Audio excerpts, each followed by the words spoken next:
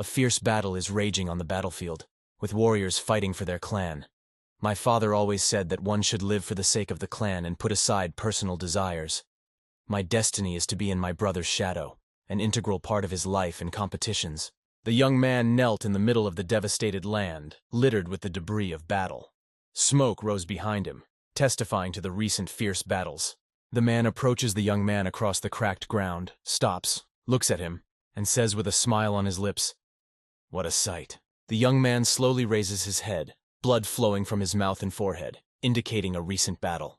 The lone knight bravely faces numerous enemies, setting an example of invincibility for others.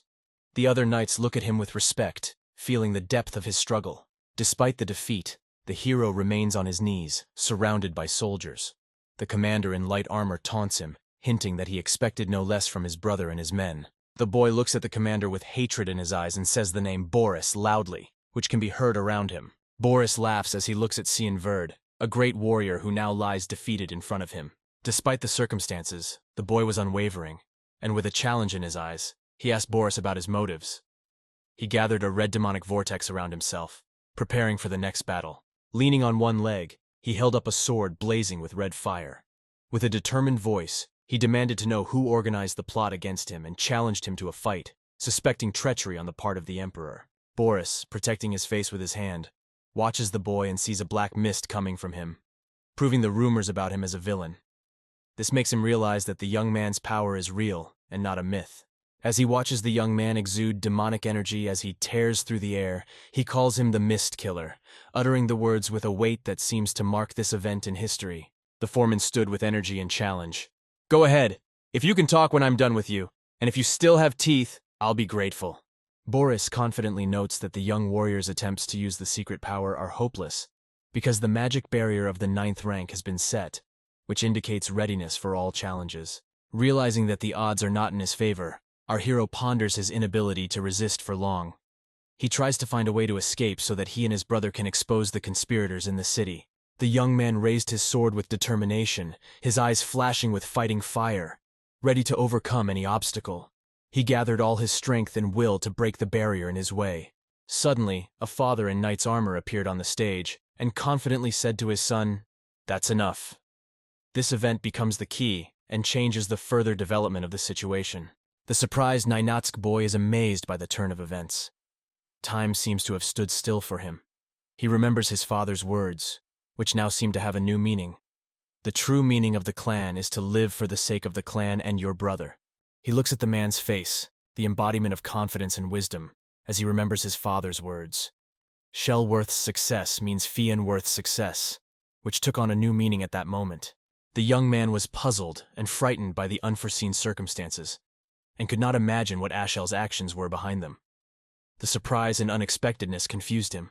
A majestic warrior in impressive armor with a sword in his hand walks through the devastated lands, and the people around him bow their heads in respect of his power and authority. The boy, unable to bear the brutal truth, falls to his knees and throws his sword to the ground, symbolizing his despair and realization of the inevitability of events. Shell approached the boy and said calmly, "I see you didn't expect to meet me here," emphasizing the unexpectedness of his presence and the difficulty of the circumstances in which the young man found himself. On his knees, the young man looked up at his beloved, his eyes sparkling with fiery energy, revealing the storm of emotions in his heart. With tears in his eyes, he asks his beloved, "What does it all mean? Why was this done?" He shows confusion and a desire to understand the reasons for the drama. His father tells Cyan, "You will do your best for the clan, the people, and me," expressing his confidence in him. Our hero is confused and does not understand what he has done wrong to cause such a reaction. His father's energy makes Cyan think about the deeper meaning of his words. Confused, he asks his father why he made a mistake. His inner resistance grows and his energy of inspiration increases. The father, watching his son, is shocked that he does not recognize his guilt. This indicates a serious conflict and misunderstanding between them. With pain in his heart, the father says to his son, who radiates an aura of death, "You are just a dark mist, a murderer. You are no longer human." His words, full of bitterness and disappointment, echo in the air. The father accuses his son of having deceived him for a long time and of not understanding his sins, trying to see recognition in his eyes. The bloodied boy asks with pain in his voice if he is a murderer and what his sins are. Overwhelmed with emotion, he cannot understand the justice of the accusations. Suddenly angry, Cyan shouts back, "What nonsense are you talking about?" His exclamation broke the silence between them. The young man becomes an important figure in the consolidation of his father's power in the empire. He played a key role in the fight against the Demon King's army, which posed a great threat. He was a central figure in a bloody and brutal war that spanned every continent. He dedicated his life to serving his parents, always supporting them in all their endeavors. He lowered his hand to the ground with a flaming dagger, ready to act and defend himself. He says with pain and betrayal in his voice, "So you are leaving me?" His bitterness and frustration at the injustice is unbridled. Full of energy, he pervades his existence with this power and shouts in anger, "I've been working like a dog all these 20 years.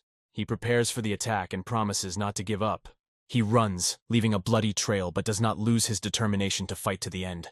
"Let everything break," he says, surrounded by light and fire. "I'll give it my all," he promises with burning eyes as he prepares for one last determined effort. His words are like an oath, sounding as red demonic energy, driving everyone in the path crazy, fills the space around him. The father watches the situation calmly, the frightened knights behind him. He is surprised and worried by the superhuman amount of mana in his son. Cyan vehemently denies it and turns to his brother. "Have you no shame? Do you want to kill me, your younger brother, out of fear?" He expresses his disdain and indignation at his brother's actions. The brother watches Cyan intently, sensing the growing tension between them. Cyan engages in a fight with his brother with great energy, determined to fight to the death. Describes his lone battle against a large army. Like the wind, he moves decisively and energetically in the battle. He stands alone in the epicenter of the storm, radiating energy, restless like a wind demon, not giving up easily. He is confident that he can put an end to this futility. Cyan is on the defensive, looking around to parry the attack. Cyan, the dark mist demon, gathers all his strength to resist the unexpected betrayal. Determined and powerful, he is ready for the final battle. Like a trapped beast, Cyan makes every effort to resist his brother, striving to end the battle with a critical strike saturated with mist energy and demonic power. It turns out that the barrier created by his brother deflects the powerful blow and throws Cyan back. Cyan realizes that he has wasted a lot of energy. He is disappointed to see that Boris used a rank 9 barrier to resist his demonic blow, which Cyan was unable to break. He wasted his blow on the barrier, and then a light blow from a staff pierced his body. The weapon in his hands fell to the ground, still glowing with demonic energy. Brother Cyan pierced his demon brother with the huge sword, easily cutting through the defense. He said, "How can you be my brother? I wanted to give you a painless death, but you showed your true face." The blond man spoke harshly of Cyan, saying with disdain that he knew of his demonic nature from the beginning, which wounded Cyan. "The fact that I didn't trust you." These words caused deep pain to the hero. Frozen with pain and despair, Cyan could not take his eyes off his brother as tears filled his eyes. The brother ruthlessly kicked Cyan, causing him to fall from his sword, leaving Cyan motionless on the ground. The brother ordered his army to continue on their way, ignoring Cyan as he lay on the ground. After being conscious for a few more seconds, Cyan realized that he had suffered a great misfortune and thought, "How unfair my life is." As he pondered and lost blood, he realized his naivety. The scene powerfully conveys the tragedy of Cyan, who lost his trust, his family, and almost his life because of the betrayal of his closest ones. Cyan, having exhausted all his strength, daringly attacks his brother from behind, hoping for luck. He lunges forward, hoping to strike one last blow before he dies, moving with desperation and a desire for revenge. He screams, filled with pain, hatred, and the joy of the last battle, tearing through the air. Cyan brings his sword blade to his brother's neck, one step away from the fatal blow.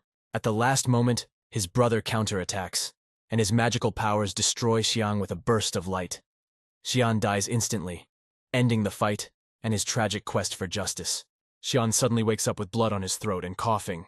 He hears a woman's voice addressing him in a caring manner. "Young Master Cyan." The girl reminds Cyan that it is time to get ready, but he is still unaware of the situation. He says her name in a questioning tone. "Emily, why are you here?" She is shocked and replies with a confused, "Oh my God." The unexpected turn of events gives the story a mystical tone and makes us wonder if the previous reality was real or just a nightmare. When young Cyan wakes up in his bed, he has to find out what really happened.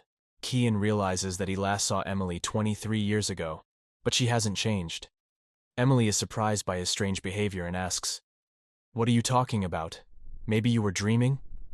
Meanwhile, she is writing down his words. Cyan realizes that his surroundings, The city and the room he is in are connected to his childhood, and the objects in the room remind him of the past. He's shocked to realize that he has returned to his childhood. He touches his face, trying to figure out if it's real or an illusion. Emily does not want to listen to the young man's absurd stories. She rudely remarks that his fantasies are no one's business. "Why are you staying late and not going to practice?" she says sternly to Cyan, demanding that he get ready immediately. The boy is nervous because he has forgotten which training session she is talking about. He asks Emily about the training, but she's already tired of explaining and convincing. On an important day for his family, Cyan finds himself in the courtyard of the Vert clan's duchy, surrounded by an unchanged landscape that brings him back to his memories. He contemplates returning to the past, contemplates the sun of his childhood that illuminates the familiar shapes of his childhood. His life passes quickly through the events that shaped his personality. He wonders if this is a feeling of time travel or something inexplicable. Cyan recalls how 27 years ago, in 1985, the king, surrounded by his family and guards, attended an important event on September 1st. The photo shows him preparing with his children. Before entering the academy, each duke participated in dual training under the watchful eye of the king, who evaluated and tested their skills. The duke's father, Lord Duke, was always present at such meetings, emphasizing their importance to the family and their status in the kingdom. Cyan fought a duel with Cyan Vert, his adopted brother and peer. This fight was not only a battle of skill, but also a battle for family recognition. Cyan's mother was Margaret Hers, the duke's wife, who gave him more attention in the family, even though he was the younger brother. This created tension and rivalry between the brothers. Cyan recalls how his defeat in a duel and his tears afterwards caused ridicule and defined him as an outsider, preventing him from gaining respect from others. After the duel, his father refused to communicate with Cyan and warned him about his reckless actions, which led to a sense of alienation from his family. Now full of confidence in the face of his opponent, Cyan ignores his nanny's advice to give up and fight back. "I just have to win," showing his determination and belief in himself. Cyan knows that it will be difficult to defeat his opponent, but this only strengthens his fight without intimidating him. He is aware of the dismissive attitude of the servants, but this only encourages him to prove his worth and strength. Cyan does not hold a light sword, but a heavy weapon. His strength corresponds to that of the time. In the background, the nurse anxiously urges him to protect himself from injury. Cyan, lowering the sword, realizes that he is not dreaming or hallucinating, as he never had the magical abilities to create such an illusion.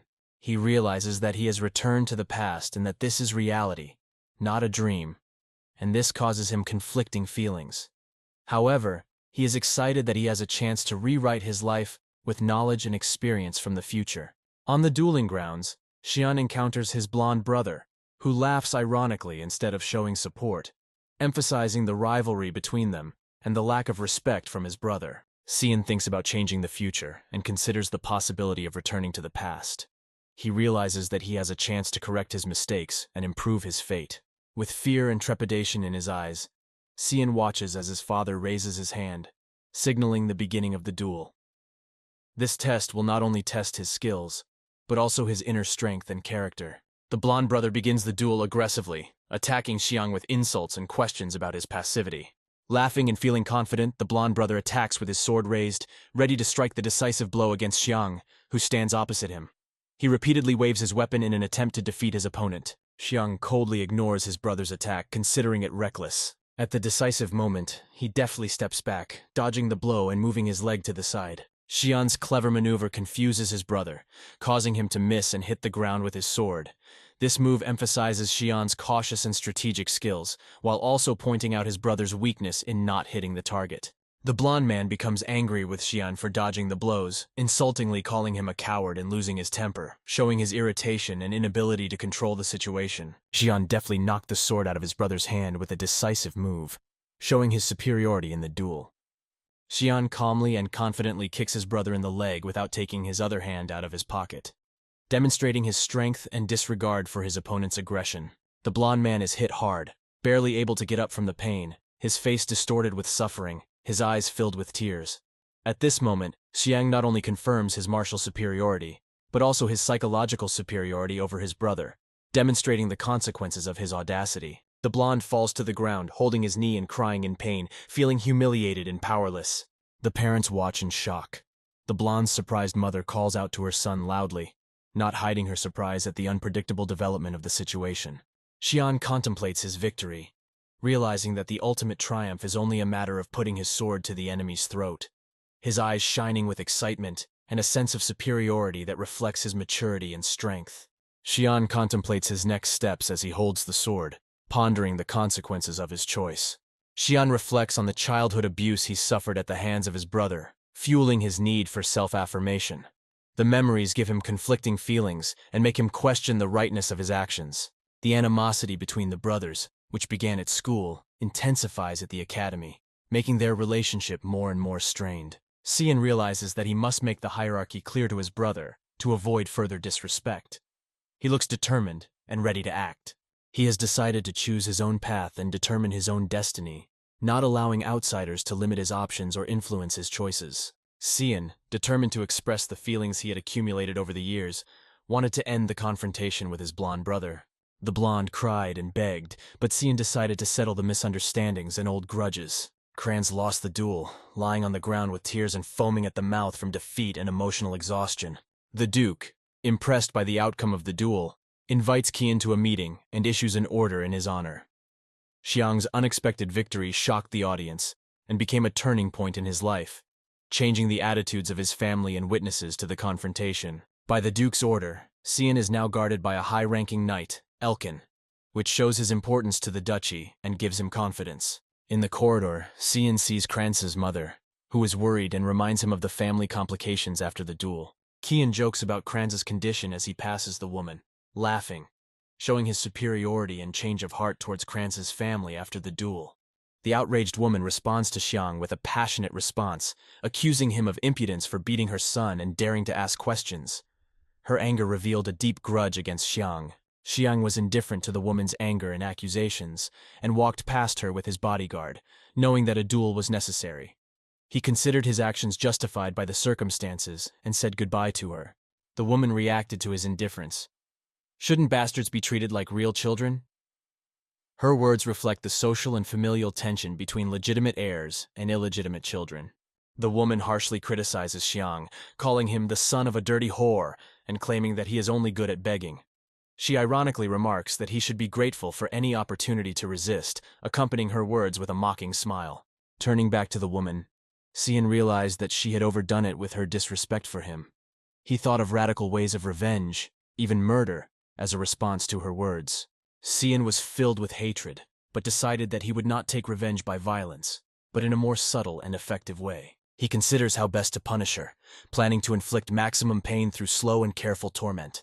Cyan informs the woman of his intention to go to the academy with Kranz, to which she reacts with surprise at hearing this unexpectedly. With her eyes burning, Cyan accuses the Duchess of indifference to her son's well-being, using psychological pressure and manipulation to highlight her vulnerability. After Cyan's words, the woman becomes tense and loses her temper due to intense irritation. She does not refrain from responding to his provocations, trying to hit Xiang and calling him a little rascal. The guard accompanying the boy interrupts the girl and apologizes. "I'm sorry, Duchess." The guard said that the Duke had called Xiang immediately, so there was no time to delay. The woman, seeing the guard's determined look emphasizing the need to leave quickly, calms down. She stood there tense and angry, but knowing she could do nothing to stop them or punish Xiang for his audacity. Xian is satisfied with his advantage after the woman's defeat in their confrontation. "The Duke's orders are unquestionable," the guard says, emphasizing the Duke's authority. The knight protects him as ordered, outranking even the Duke's wife in the hierarchy, and is a reliable ally as Xian has noticed. The Duke invites Xian to enter, opening up new possibilities and perspectives for him. Entering the spacious, sunlit room, Cyan sees the Duke and introduces himself as his youngest son and houseboy. Domavert Cyan has arrived. This was a sign of his official recognition in the family and in the hierarchy of power in the duchy. Cyan bows to the Duke, greets his father, whom he has not seen or spoken to in some 15 years, and reflects on the depth of their estrangement over time. Duke Werd, the high feudal lord of Velis in the Western Empire, addresses his youngest son, Cyan, and commands him to sit down, demonstrating his willingness to listen to him. Known as the guardian of the continent and a demon-fighting hero, the Duke is esteemed for his role in the protection and prosperity of the land. With great energy, magic, and intelligence, the Duke is responsible for the fate of the continent, protecting it from outside threats. After the Duke died in battle against the Demon King's army, he tried to bring peace to his continent so that his people could live in peace. Cyan, sitting in front of his father, realized that his memories of him were different from reality. He remembered how his father had sacrificed his freedom and given his life for the sake of others, and thought, a fool. He remembers a man who sacrificed his freedom and gave his life for others and calls him a fool. The father praises his son's skill in the duel, saying that he avoided being hit by watching his sword. Cyan looks at his father with wide eyes and asks, "So what?" He tries to understand the meaning of his father's words. The father explains how Cyan dodged the enemy's blow by following his sword, which surprised his father's ability to defend himself. The father asks his son when he learned to use a sword after noticing his unusual skill in a duel. Acknowledging his father's insight, Cyan modestly admits that he has developed his skills through daily evening practice, noting his dedication and perseverance, but not boasting of his accomplishments. His father is surprised when he asks Cyan why he hid his fencing talent, not knowing of his interest in the sword. Cyan explains his reticence by saying that he does not want to attract attention, to which his father points out that this does not prevent him from performing in battle. These words embarrassed Cyan, and he realized that his behavior on the battlefield had revealed something he had been hiding for a long time. Cyan's father was concerned about why a control strike was made against Kranz after the victory, and whether it was necessary. The hero thinks about his father's true motives and wonders. What is he trying to prove? Cyan confirms that he did want to prove something. His father takes the opportunity to ask him what it is. Cyan says, embarrassed that he is better than Kranz, even though they are related, and his goal in the duel was to prove it. The answer makes his father smile, which confuses Cyan. Perhaps the father was surprised by his son's candor, or perhaps he felt that his suspicions about the boy's character and motives had been confirmed. The father smiles proudly and says, "Excellent! Your answer shows a deep understanding, and I'm impressed with your talents." This not only acknowledges Cyan's abilities, but also confirms his growing respect for him. The father expresses his belief that Cyan will be an important pillar of the family in the future. Cyan looks at his father a little embarrassed, wondering what effect these words will have on his future, and how he will influence the fate of the family. He remembers how Asher killed him in the past, and reflects on the mistakes and hardships he had to endure. He sees that his father favors his brother Kranz more, and it makes Cyan nervous, especially when he hears his words. He clenches his fist because of the growing tension, but he listens carefully to his father, trying to find the meaning of his words and understand his intentions and expectations. Cyan understands from his father's words that he may have to take radical action if circumstances do not change. He feels a growing willingness to destroy the obstacles to recognition and justice. As his strength grows, Cyan decides that he will go to the front to meet his brother Ashel's challenges. He accepted his father's offer to join the war, hoping to gain honor and recognition. Cyan is eager to prove himself and meet the challenges, ready to defend his country and earn respect, even at the cost of participating in the war. Back in the room, Xiang was confronted with the surprise and disbelief of the maid, who could not believe that he wanted to go to the front. Cyan, sitting on the bed, confirms the suspicion that he is indeed waiting for permission to go to the front. His caring nurse, worried about his intentions, emotionally exclaims, not hiding her fear, "You've gone mad! Do you understand what the front is?" She says this so passionately that it is obvious how much it will hurt her if he goes there. The maid tries to convince Cyan that the situation at the front is critical because of the many terrible demonic creatures that want to kill. She tells him that Vila is the western part of the Usha Empire, which all continents have recognized as the frontline zone, with the Lamai Valley being the most turbulent place. This place is a battleground with a centuries-old history of clashes. Xian's father was initially against his desire to go to the Lamai Valley and set a condition. He had to prove his worthiness to travel within a month. Xian reflects on his own worthiness for the task while examining his arm. He realizes that because of his weakness compared to his peers, he must train hard. Xian clenches his fists tightly and realizes that he must focus on training his physical and mental strength to meet the challenges ahead, which motivates him to improve himself. Xian has retained all of his martial arts skills and experience after the regression, which is a great advantage for him and a foundation for future progress. He feels the magic in his body that he can enhance with training, so he decides to train daily to develop his abilities. Suddenly, someone runs into the room and shouts his name, Xian, catching his attention and forcing him to act. A woman enters the room, hugging herself as if to protect herself or contain her emotions. Alice looks at Cyan with a fierce gaze, as if she wants to punish him.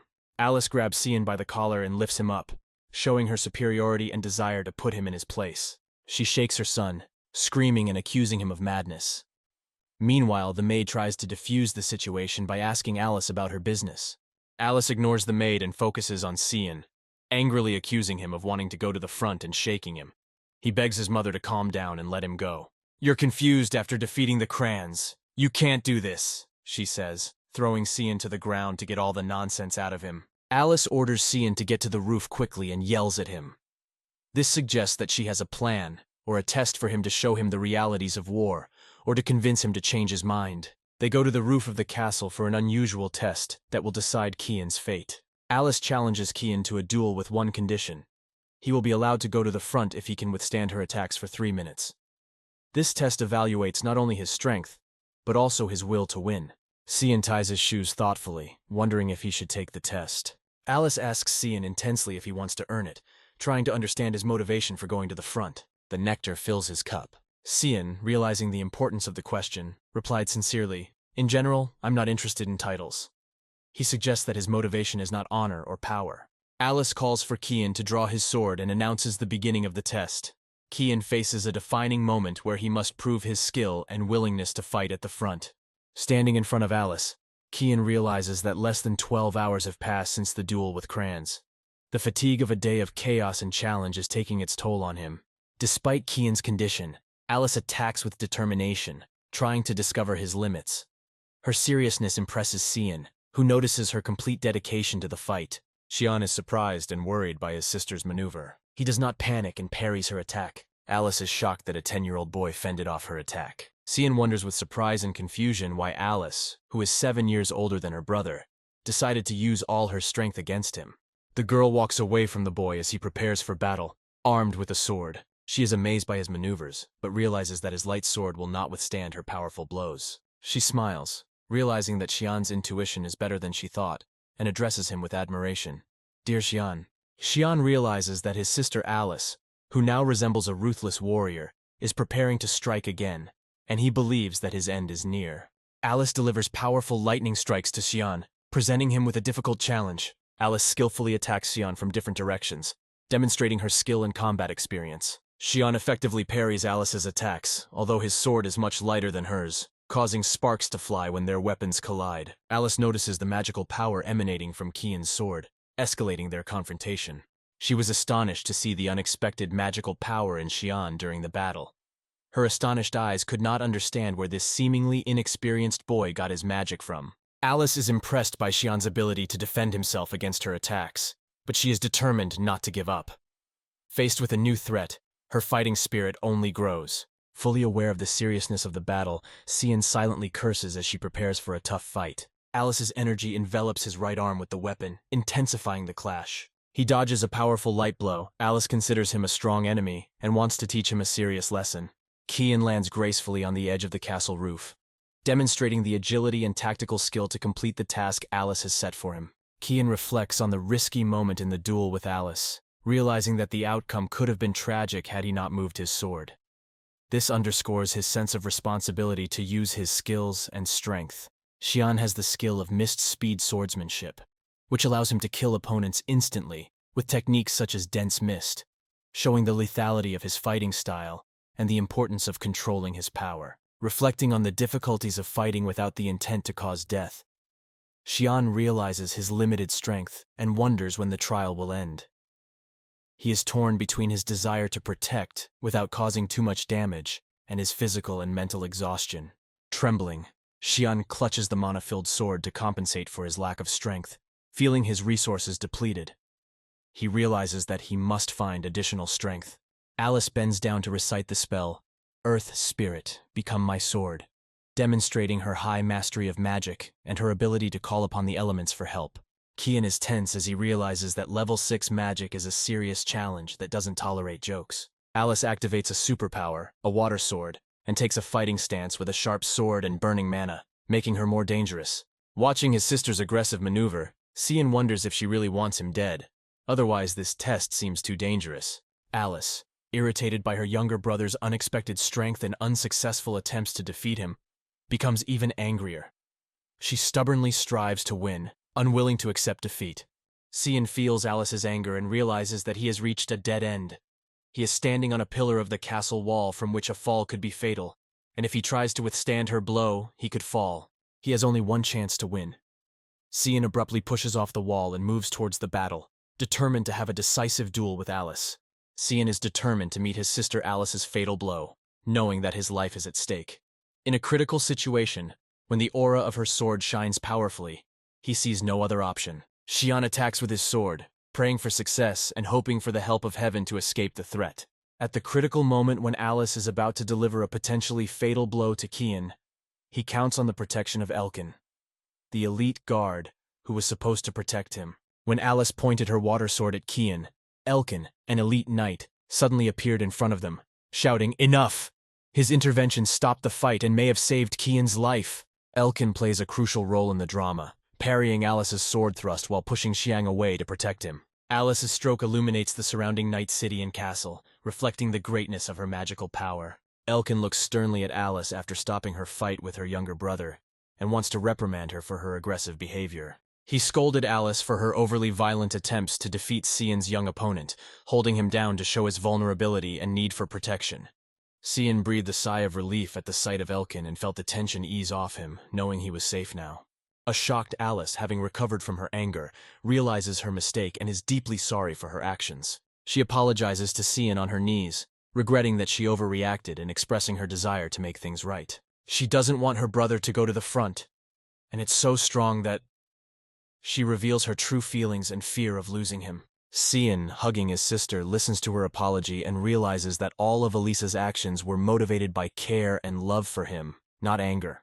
Cyan proudly remembers his sister, who was one of the best students at the Royal Academy, receiving the highest marks in all subjects, whether it was noble swordsmanship or the skillful use of magic.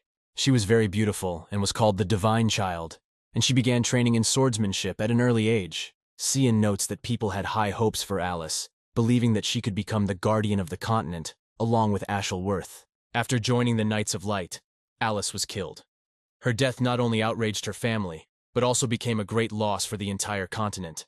Cyan promises his sister that he will protect her. Alice hears him, but cannot fully understand his intentions. Alice asks Knight Elkin if he is the bodyguard of the Duke, who has recently gone to war, and tries to understand the reason for his presence. Elkin says that he is following the Duke's orders to guard the young lord, but he doubts that he should keep it a secret and thus reveal his mission. Cyan is glad to feel Elkin at his side as soon as he leaves the Duke. He wonders if Elkin would have come out of the shadows if he had continued to ignore him. His thoughts illuminate an awareness of the protection Elkin provided and the possibility of a different outcome. Cyan wonders why his father ordered Elkin to follow him in secret. It shows his father's concern for his safety, but it also raises speculation about the true motives behind this decision. Tired after the day, Cyan falls asleep and snores, feeling comforted and safe in the presence of his sister Alice. Alice watches her sleeping brother with a smile, happy to have time together and to bond after the hardships she has experienced. She says he is just a baby. The next day, Elisa returned to the academy after a brief meeting with her father at home. Meanwhile, Cyan tries to regain his strength by doing push-ups, but only manages to do 9 repetitions with great difficulty. Xian struggles to do the 10th push-up, reflecting on his desire to strengthen his body, which is why he has been working on strength exercises for the past 2 weeks. This shows his determination to improve his fitness regardless of the obstacles. Lying on the floor, barely breathing, he realizes his limits. 10 is the maximum. I shouldn't have exhausted myself. But despite his disappointment, he did not lose his determination. He remembers moments from the past when he was in great shape and confident, which inspired him to continue training. The maid brings him a package from his sister Alice, which makes him happy. Covering her nose, she exclaims, "What is that smell?" She is holding a bottle of hound's blood that he ordered for her earlier. This unique item from the Lemai Valley can also be purchased on the black market, allowing Xiang to increase his abilities and better prepare for challenges. Xian pours the blood of a poisonous demon beast into the plate, which burns and stinks, creating tension and anticipation. The blood, once drunk, is said to increase mana and strength forever, but many believe this to be a myth. Still, it is shrouded in mystery and mysticism. Cyan, a lifelong expert, is convinced of the truth of his words. Emily, worried, asks him if he's really going to drink the drink, expressing concern for his health. Cyan assures Emily that he is the only one who is not afraid of her food, and is used to it, recalling his experience of adapting and using unusual methods to strengthen his strength. Cyan remembers the first dish Emily cooked for him, which almost made him pale. That mushroom soup, he remembers. not losing his determination to pursue his goals despite the difficulties. After drinking the potion, he takes a step towards using his new abilities. Not holding back his emotions, Cyan exclaimed loudly, enjoying the effects of the potion. "This is so much better than that soup!" He was full of energy, obviously feeling the effects of the drink. Emily, surprised by his reaction, looked at him in disbelief. Emily is impressed with his determination. Cyan remarks that he needs to go for a walk in the fresh air. Although his real goal is to test the effects of the potion, he hurries to an important spot, ignoring the obstacles to see the results of his experiment. Cyan arrives at his destination and thinks he hasn't been here for a long time. But he has been waiting for this day for 2 weeks, full of hope for positive change. Taking advantage of the absence of his bodyguard, Elkin, who reports weekly, Cyan enjoys his solitude and reflects on the strain he feels from being under constant surveillance. He recalls how he used to seek solitude to take a break from surveillance. He recalls the story of Ashel, who was told by the goddess of light Lumendel that there was an ancient temple in the mountains. Cyan, though hesitant, puts her hand on the ground, feels a strong mana and searches for the temple, trying to activate the entrance, hoping for a divine revelation. Cyan activates the magic and his hand is covered with an aura. He rejoices, knowing that he is the only one who knows about this place, giving him an advantage and a chance to open it. He strikes the ground, opening a secret passage. An entrance appears from beneath the cracked earth, prompting Cyan to explore. He watches the entrance and says, "Ashel, you have no idea what I'm about to do." His words reflect his determination and desire to go where there are no ancestors or competitors.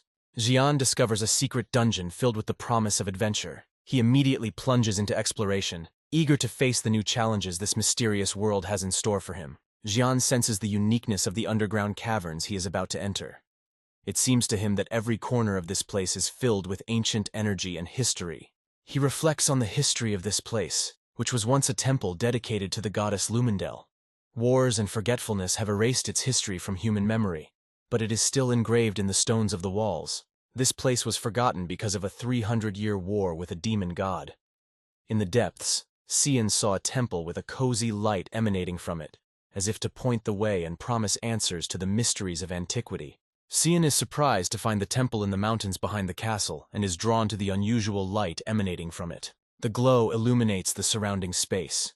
A huge, powerful sword in the center of the temple glowed brightly, mesmerizing with its energy. As Cyan approached, he immersed himself in the magic of the moment. In the center of the temple, a huge sword radiated a mysterious power, giving visitors a glow. It was no ordinary weapon, but seemed to have a consciousness and wisdom of its own, ready to be revealed to those who could comprehend it. The sword appeared in 1999 on August 12th, during the successful defense of humanity against the attack of the army of the demon king Vilas. Humans were weaker, but they won thanks to ancient relics known as weapons of the gods. The relics helped humans survive and defeat the demons. Among them was Duran Dark, a sword blessed by the goddess of light Lumendel, which was the key to this victory. In the future, Cyan will die from a stroke of the sword, which falls into the hands of Ashel Worth. This event reveals Cyan's bitter fate, linking his past, present, and future through the history of this weapon. Cyan ponders the connection between the Duran Dark sword and his ability to travel back in time, admiring it as it floats and emits a mysterious light. Feeling a calling, he approaches and lightly touches it with his hand. As expected, the sword does not react. It requires certain skills and the right to wield it, selectively unleashing its power. Disappointed, Cyan hits the ground with all his heart, showing his indignation and unwillingness to accept defeat, ready to look for another way to wield the sword. Disappointed, Cyan throws the sword away and is about to leave, saying that he will take care of business first. His words reflect his dissatisfaction, but he does not lose his determination to act. As he approaches the light source, he notices a strange shadow that seems to come from another world. Cyan put down his sword and noticed a dark object that caught his attention and made him think. At first, he thought it was the shadow of the sword, but then he realized that it had another reason for coming here. This is not a shadow. This is something incredible, he thought, facing the unknown and the mysterious. Yes, there is always darkness next to light. He touched the circle and felt demonic energy filling the object, opening a passage to another temple. Cyan entered the room and saw a black dagger floating in the air, radiating a mysterious light. He was excited to see it, as it felt good to renew his relationship with the weapon. Cyan grabbed the dagger, which was a sword to him and which he missed. He felt a familiarity and power that underlined the importance of this moment. He stood before Chiron, a demonic sword with enormous potential and power. He saw a sword that offered new possibilities and paths, unlike the previous one. Holding Chiron's sword, Cyan greeted him. "Good morning, Chiron," showing respect and willingness to work with the mighty blade. As he waved the sword, Cyan realized that Chiron, the living demonic sword, was still asleep and needed to be awakened. He realized that the sword is not only an instrument of destruction, but a partner that needs understanding and cooperation. Cyan looks at the sword with admiration, feels attached to it, and wants to try it out, saying that he wants to cut something today. Suddenly, an unknown shadow appears in front of Cyan, taunting and challenging him, questioning his lack of fear and encouraging him to reflect on his own abilities and courage. The demon appeared before Cyan and challenged him, hinting at the consequences of his awakening. But Cyan, armed with his favorite sword, responded with confidence. "I know. The sword is mine now." The demonic creature releases a dark mist around him and says arrogantly, "You have awakened the sleeping demon sword. Unfortunately, it is too late now, boy," warning of the danger ahead. The demonic creature smiles at Cyan and declares that his body now belongs to it, as it intends to possess him and use him as its new vessel. The sword demon tries to possess the young man Cyan, which becomes a crucial test of his will and courage. Cyan quickly and decisively stops the sword demon's spirit by capturing its essence. He showed a deep knowledge of the weaknesses of this supernatural being, as if he had faced similar enemies before. Cyan, clutching the neck of the demoness who had changed her image, said, "You used to be more careful." These warning words hit the demoness and she asks in shock, "Who are you?" The demoness is surprised by the boy's courage and strength in the dungeon and does not understand how he can subdue her. The sword gives Cyan a special energy in his eyes. He speaks to her confidently. "I told you, this is my sword." Unable to accept reality, the demoness aims her claws, which have become a deadly weapon, at Cyan, determined to end this unusual encounter with all her might. Her resistance is so strong that she tries to kill Cyan with all her might to send him to hell. This fight becomes the climax of their confrontation, with both using all their skills to win. The demoness gracefully escaped from Cyan's grip, pushing his hand away and moving to a safe distance. Her actions were light and graceful, demonstrating great skill and strength. After regaining her breath, the demoness stands before Cyan and asks for his identity. She is enchanting, beautiful, with a proud physique, black hair, and a penetrating gaze that reflects her dark background and personal power and history. Standing on a pedestal and claiming possession of a powerful sword, Cyan exudes an authority and confidence that underscores his right to the weapon. You can feel the demonic energy surrounding him. A curious demoness inquires about his history and possible succession, suggesting a connection to the ancient legends that shroud the sword. Cyan mysteriously leaves the intrigue and confesses to the surprised demoness, who has a strong ira in her, that he is her descendant. He looks at the demoness with a smile and says, "Your master has returned. Bow down." This makes her feel surprised and irritated because she is not used to obey. The demoness only sees Cyan as a child and cannot see the full depth of his personality and potential. She does not believe in his ability to wield power or fulfill his mission. Unable to accept the insult, she attacks Cyan, unable to forgive.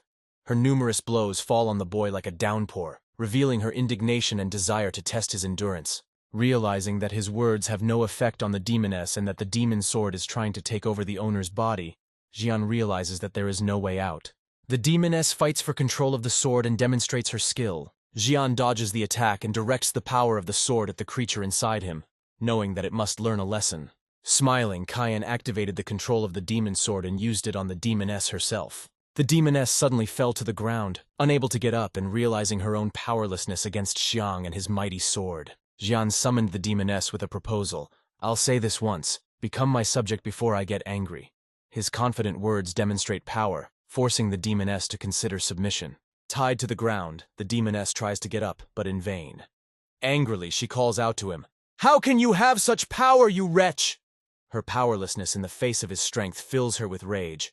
Cyan casts the spell Control Demon Sword several times, and each time the demoness becomes weaker, until her face touches the ground from powerlessness. He persistently repeats his call for Control Demon Sword and bangs his head against the ground with increasing force. She pierces the ground with her head, only her legs sticking out. This gesture of submission forces her to acknowledge Cyan as her master, despite her great loss and humiliation. Cyan, testing the demoness's loyalty, commands her to control the demon sword. She says with regret in her voice, "Master, stop. I'm listening to you." Realizing that his mission in the dungeon has been accomplished, and that he has overstayed his welcome, Xian decides to return to the surface. He will leave the dungeon armed with a sword to see the daylight again. As he leaves the dungeon, the demon transforms into a sword girl. She expresses her joy at the newly familiar feeling of fresh air, hinting that she hasn't felt it for a long time. The demoness, who has been in isolation, responds enthusiastically to the opportunity to return to battle and adventure. She expresses her love and gratitude to Xian and promises to be by his side at every step of his journey, and they begin their journey together. The demoness, who appeared as a black shadow with pink hair on Xiang's shoulder, asks the boy his name, showing interest in who he is. The demoness is surprised and curious about the unfamiliar name of Cyan Vert, skeptical as to why the powerful force of the Ira would have chosen this particular child. Cyan's revelation of his other purpose in the past adds complexity and depth to his personality in the eyes of the demoness, indicating his unique destiny and place in world history. The demoness is incredulous when she learns that Xiang speaks of his past life without understanding the concept. Cyan calmly explains that he was already dying, which surprises her even more. The demoness is disturbed by his words and looks at Cyan with increased respect and curiosity. The boy's confession about his past life revealed a mysterious secret to her. The demoness jokingly talks about the tranquility of the legendary warrior's majestic sword, trying to calm the people around her. Cyan grabs the sword and says that the true owner will have to wait 20 years before the sword awakens again. Cyan prepares for an important action with concentration, swinging the sword and showing his willingness to use the sword not only as a symbol of power, but also as a means to an end. Cyan shocks the demoness by cutting off the tip of the sword, symbolizing a break with the past and a willingness to face new challenges, heralding significant changes in her life. Cyan easily cuts off the tip of Duran Dark's sword and catches it in mid-air, which disturbs the demoness, for whom this sword is the ancestor of her own weapon. She worriedly asks Cyan about his plans, expressing her concern and dependence on the new owner. Holding the sword fragment, Xiang smiles, demonstrating confidence and unpredictability. His words about battling fate foreshadow the many opportunities and challenges that lie ahead. His readiness for the challenges ahead, and a hint of his own plan, and the role he will play in the world can also be read in his words. Cyan sets out on a journey in an old wagon to face new challenges and trials. The old wagon, its wheels squeaking loudly, seems to foreshadow the difficult paths that lie ahead for Xiang. The wagon stopped and braked sharply on the sand between the rocks, marking the end of one stage in Xian's life and the beginning of another. Xian got out of the wagon in his traveling clothes and thought about how quickly time had passed and how much he had changed in that time. Cyan arrives at the front and sees the Duke with his father. Both look worried and have an important question for him. His father caringly asks Cyan if he is sure he wants to go to the front and emphasizes that he will not be an obstacle if he decides to change his mind, giving his son one last chance to decide. Cyan's father's order is a powerful impetus for action. He instructs the guard to unseal an important scroll, emphasizing the seriousness of the situation and the need for action. The Duke's bodyguard takes the twisted scroll from its scabbard. He holds it carefully and respectfully, imbued with a certain mystery that hints at its importance and magical properties. Cyan intuitively realizes that the world he has found is a magical artifact, important for summoning a powerful being. The knight unwraps the world with a demonic pectogram, which he activates to begin the summoning process. The monster, the embodiment of demonic energy and darkness, bursts out of the pectogram and quickly fills the environment, representing a powerful and dangerous force. Summoned from the scroll, the monster stood on the sand, confirming its existence and readiness to fight. Its appearance became a test for Cyan and the others, heralding new challenges and unknown threats. Surrounded by fire, the creature with fire from head to tail is a hellhound from the Valley of Lemay, a low-ranked demon. Xian is not afraid, but rather sees it as a training object. Xian believes that the trial was just a test for him, and that it was too easy for him because he was pitted against a weak opponent and thus underestimated him. Xian was supported by the knights and his father, who witnessed his fight with the demon, which gave the event a solemnity and importance. Xian realized that he was surrounded by knights and his father, ready to help him if he was threatened. This boosted his confidence, but also increased the pressure as he tried to prove his independence and strength. Xian's father stresses the importance of taking responsibility for one's actions. He encourages Xian to show determination and pass a test that requires fighting skills and moral strength. The father's bodyguard, who knows Xian's secret, watches with interest as the boy takes the test, which is just a regular training session for him. The guard is relaxed about the need to be armed, trusting Xian's abilities based on his observations of the boy and his recognition of his strength. Xian unexpectedly challenges the guard to a competition, which makes him think twice, as this is not a typical training offer. Xian expresses his desire to be tested in combat, eager to test himself before his father's deadline and show his willingness to take real risks. Xian asks the guard to help him find a worthy opponent, revealing his desire for real combat and to improve his fighting skills. The knight is surprised and doubtful about Xian's choice to fight a duel, believing that a peer, especially Dian Cross, would be a better opponent, reflecting his cautious attitude towards challenges that might threaten a young warrior. Cyan firmly states that he cannot compete with his peers because they avoid talking to him, underscoring his otherness and alienation among his peers. The knight decides to accept the challenge of a duel, realizing that Xian cannot compete with his peers. The knight is willing to assist Xian in his quest for self-improvement, even if it means fighting an unequal battle. The knight accepts the duel and sets conditions that will ensure Xian's safety and allow him to attack without using all of his skills. Xian gratefully agrees and thanks the knight for his help. He asks the knight to keep what he has learned a secret, a sign of his desire for growth and challenge. Elkin is suspicious of the little lord's request, believing that he is bluffing, since it is difficult to expect seriousness from a child.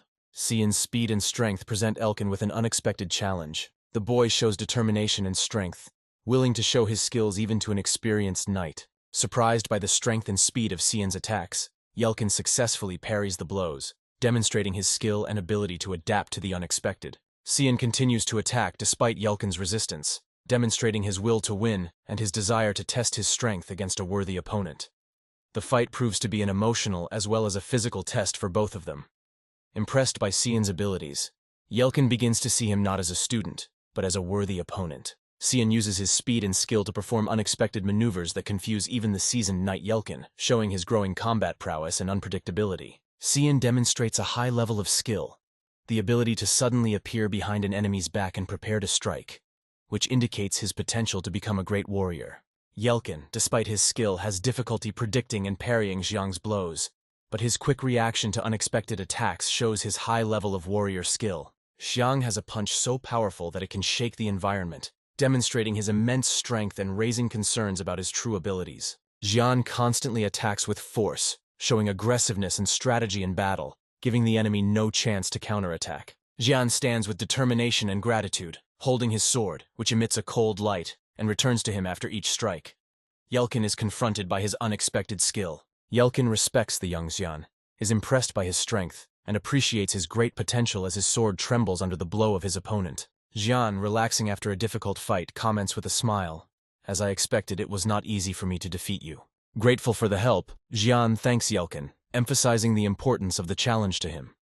With a smile, Elkin declares his willingness to always help Xiang in his quest for growth and improvement. Elkin watches Xiang with admiration, impressed by his skill and strength, and cannot believe that he once considered himself weak. Elkin notices how Cyan, who once seemed like a child, now displays a strength and confidence that impresses the guard.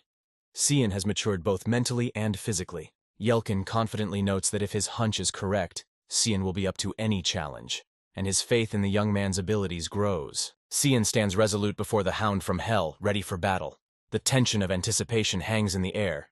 He is determined to endure any test that comes his way. The hellhound attacks with great speed and aggression, exhaling fire that illuminates the surroundings and enhances its demonic appearance. Cyan prepares for the expected attack by assuming a stable posture and concentrating her energy for a counterattack. The hellhound lunges at Xiang with seething rage, eyes blazing, eager for a fight. As its attack nearly hits its target, Xiang deftly parries the blow and sends his power back at the beast. His sword sparkles, reflecting the hound's flames.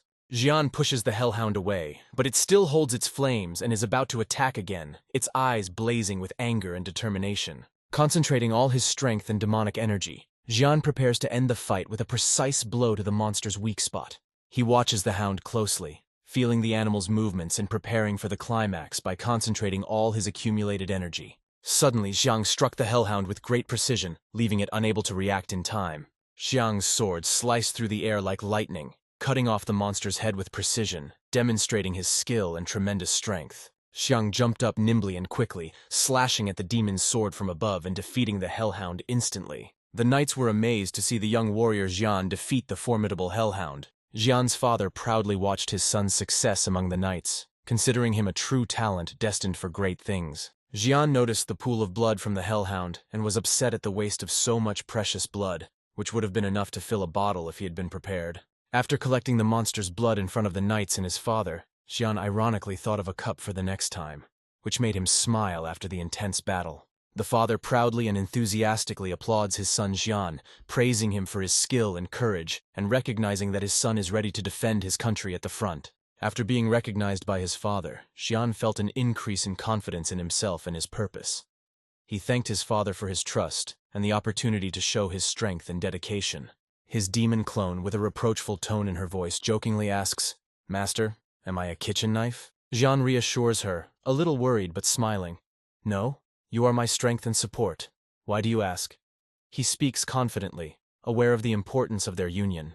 Demonessa jokes back, "I hope it's not a kitchen knife. I won't let you down on the front lines," and resolutely promises to serve her master faithfully in battle. The demon insists impatiently, "Then use me, damn it! I need to replenish my strength with blood." She turns to the hound's body, her eyes burning with longing.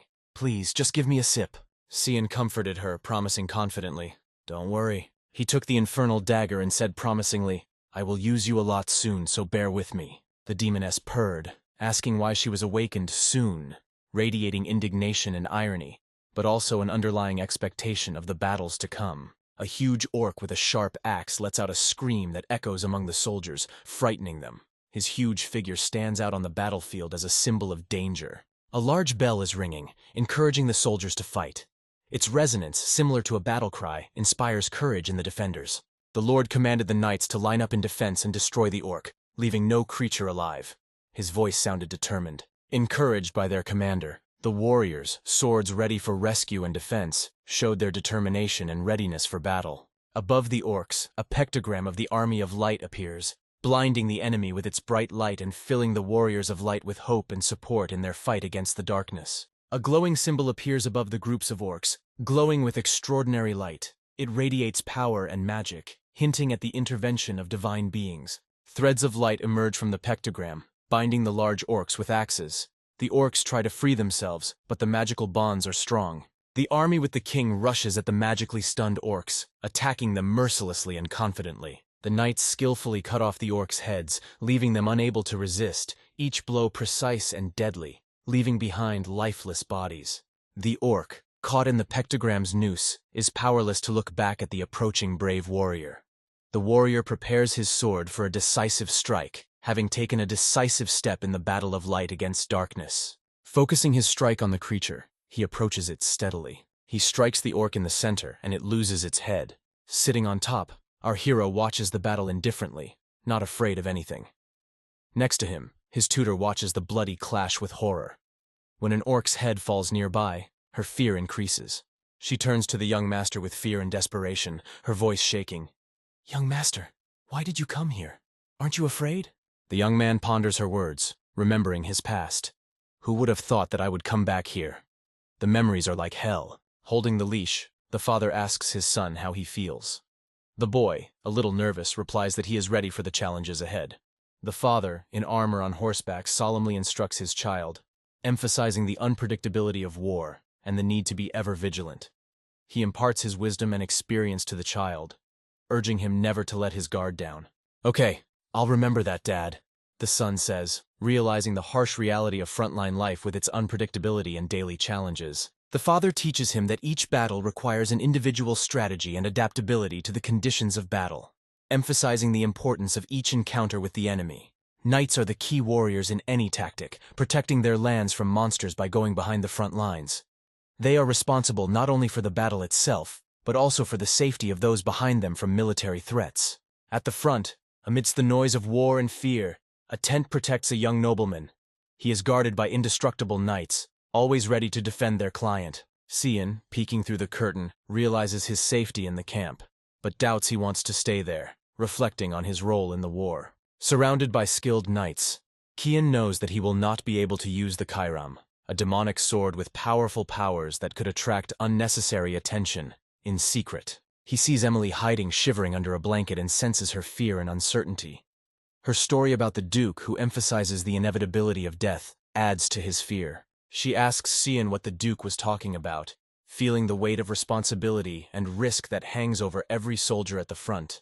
The Duke's words about the inevitability of death increase her fear and uncertainty about the future. Cyan keeps his cool in the face of the element of fear and uncertainty that surrounds them both at the front. He looks at Emily calmly and confidently, trying to reassure her with his words. His suggestion of retreat is an invitation to a safer place, an escape from the horrors of war. Emily aggressively asserts her role with Cyan, emphasizing her dependence on her help in the face of constant danger. Emily defends her decision not to leave, arguing that she is in danger from the monsters and that she must protect Cyan. She mentions her duty to be a caretaker and protector in every situation. Cyan turns the conversation to the cloak he asked Emily to prepare, easing the tension and emphasizing the intimacy of their time together and the bonds that unite them. When Emily leaves the tent, she acts abruptly, not out of disrespect, but as a defense in a dangerous world. She wants to protect Cyan, even if it means appearing rude. Cyan is upset by Emily's reaction and wonders if he should follow her or give her time. He respects her and wants to keep things going between them, even if they fight. Cyan uses a trick in his temporary home by leaving a doll in his bed to simulate his own presence. He does this so as not to disturb others with his nightly training, showing his desire for self-development despite his limited opportunities. Cyan is hopeful that his cunning plan with the sleeping doll will work, reflecting his ingenuity and willingness to use unusual methods to achieve his goal. Emily is surprised by Cyan's dedication to training despite the late hour. He feels guilty for waking her, which shows his respect and concern for Emily despite their recent misunderstandings. Cyan confidently says goodbye to the nanny with the usual, "I'm leaving, so you take care of things as usual," showing an unusual maturity for his age. He says in a jokingly serious tone, "If anyone asks, I'm asleep," demonstrating a resourcefulness that has served him well in the past. As night falls and tension mounts, Cyan moves to the front lines and prepares for a night of heroism and tragedy. Cyan uses the night veil to move stealthily along the front lines, moving quietly but with purpose. Activating the mist spectrum form, Xiang becomes invisible in the mist and moves very quickly. Cyan realized that he was about to face a crowd of monsters, and his premonition was confirmed when he saw a large gathering of them in front of him. Cyan, his eyes burning with the desire to fight, thinks the moment is perfect for Chiram. He feels that his demon sword is eager for battle and ready for any challenge. Cyan quickly draws Chiram's flaming sword and prepares for battle. The sword senses enemies, and he will use its power against them. The boy feels his demon sword Chiram burning with lust. "Master, I want to cut someone," the sword demands. Cyan is confronted by a large hellhound out for blood, and becomes the first victim of his insatiable weapon. "All right, Chiram, as you wish," Cyan replies, and with heroic enthusiasm he takes on the monsters in his path. He moves quickly and accurately, slicing through enemies on the battlefield, his sword Chiram bringing death and destruction. Using the Misty Sword, Misty Storm, Xian slices through the army of monsters, unleashing energy strikes that scatter enemies before the light of his sword. Xian has defeated all the hellhounds to drink their nectar by piercing a hole with his staff. The nectar fills his cup. He drinks the blood of the hellhounds one by one, absorbing their power. He enjoys this activity, his strength increases, and his sword feels great. Xian, full of fighting fervor, turned to his demon sword Chiram and asked eagerly, "Great, how many enemies do we have to defeat to get stronger?" Cyan says with a smile that the night has just begun, and there is still much to fight. He feels confident and ready for new challenges. Cyan watches his surroundings, sensing the presence of other monsters that he is ready to defeat with his sword. He knows that Chiram is eager to win, and he enjoys every enemy he defeats, gaining strength from each victory. The caravan of wagons, guarded by knights, begins its arduous journey through the mountains to the front, where a crucial battle will take place. A young, elegantly dressed girl in a wagon listens attentively to the warnings about the dangers at the front, and looks thoughtfully out of the window, pondering the future. A blonde woman in battle dress offers the girl to return, but she replies sharply that as a princess of the empire, she has a duty to accompany her father on his travels, and does not want to be treated like a child. The irritated princess emphasizes her status and duties to the empire and the people, stressing her devotion to family and state interests. She warns the maid that she will be disappointed if she continues to deny her decision. The emotional intensity of the conversation reflects the princess's determination and will to defend her beliefs. The maid mentions that the family's youngest son has returned from the front. The surprised princess asks if Duke Worth really brought his younger son, who is the same age, with him. The maid explains that the Duke did not intend to take the boy, but he decided to go, and since they are about the same age, they should get along. Irritated, the princess refuses to be bothered with trivial matters and sends the maid away, wanting to sleep. The annoyed maid leaves and the princess lies down. Suddenly, the princess turns to the maid. What if she asks his name? The maid says his name is Cyan Vert. The princess begins to think and says, Cyan. She makes an angry face, crosses her arms and shouts, Cyan Vert! Gah! On the front line, the knights are fighting bravely, while the terrible winged monster roars with its heavy blows. The commander takes care of his subordinates, asking if they are all unharmed after the fighting. The battle was so successful that everyone survived. It was a really great job, and it was time to go back to camp, the master said. Suddenly, the commander-in-chief turned his attention to his son. He noticed that the boy was taking part in the fighting, despite all the horror happening on the front line. The boy, keeping his foot on the body of one of the monsters, was putting his saber back into its sheath. He noticed how Cyan was actively adapting to life at the front. The boy bows his head to his father, proudly telling him that he is getting used to life at the front. These words make his father happy. He never imagined that he would stay on the front line for so long. He is proud of his son. The guy was embarrassed by his kind words. His father suggested that they meet tomorrow morning because they had a lot to talk about. The boy was shocked because he had never heard his father say such warm words before, and he felt a little uncomfortable. As soon as night fell and everyone in the camp fell asleep, the boy went hunting, where he had a lively encounter with monsters. Avoiding the monster's blows, he holds his knife tightly and realizes that the Death Skull is a dangerous opponent. Standing in front of the boy, Death thirsts for his blood, even though he met it not far from the camp. He realizes that death usually shadows in the deep valley, so he is lucky. Desperately looking for a way out of the difficult situation, he is confronted with the offer of a demoness imprisoned in knives, who offers to help him, asking him to give her control over events. However, despite her vow not to take full control, the boy realizes the danger of her promises and knows that her true intentions may be predatory. The death worm emits a terrible poisonous odor. Cyan's blows fail to cause significant damage to the enemy, as it quickly recovers. Jian realizes that in such circumstances the battle could go on forever. A month has passed since he went to the front. He has drunk the blood of many beasts, but he has not yet felt full. During another monster attack, he realizes that he has no other choice. He decides to use her and go along with all her plans, naming his demoness Kairam. He applies the nebulous technique of the 9th form of the demon's sword, aimed at cutting through the monster's red, thick skin. Cyan delivers the decisive blow, using his elemental powers to defeat the hideous monster. The monster is burning with rage and pain from the blows, which he perceives as lightning strikes. The guy is preparing to tear it apart like Tuzik the hot water bottle by activating the mist sword. The lightning strikes are aimed at identifying the painful points of the huge monster. The monster releases high-frequency sounds with a cry of pain. The guy covered by the sword aura does not retreat. As the embodiment of red demonic fire, he jumps over the creature and ruthlessly strikes, fighting a fierce battle. On the other side, the knights are investigating. The wolf is found dead and bloody, with the time of the murder not too long ago. The knights realize that an evil force, possibly a demon, may have been involved. The commander decides that the incident cannot be ignored if a demon intervened. The corpse should be burned immediately, and the area should be thoroughly examined. The wolf's body is torn apart, and the knights notice that the marks from the ball's impacts are familiar. The commander-in-chief wonders if this is DGCJGVU. A guard with a torch in his hand approached the commander and said that he had something important to show him. They walked around the stone, and a fantastic scene opened up before them, illuminated by the torch held by the guard. An unknown creature had killed the warrior, who was lying bloody and dead, and they realized that an ordinary warrior could not have defeated such a huge monster.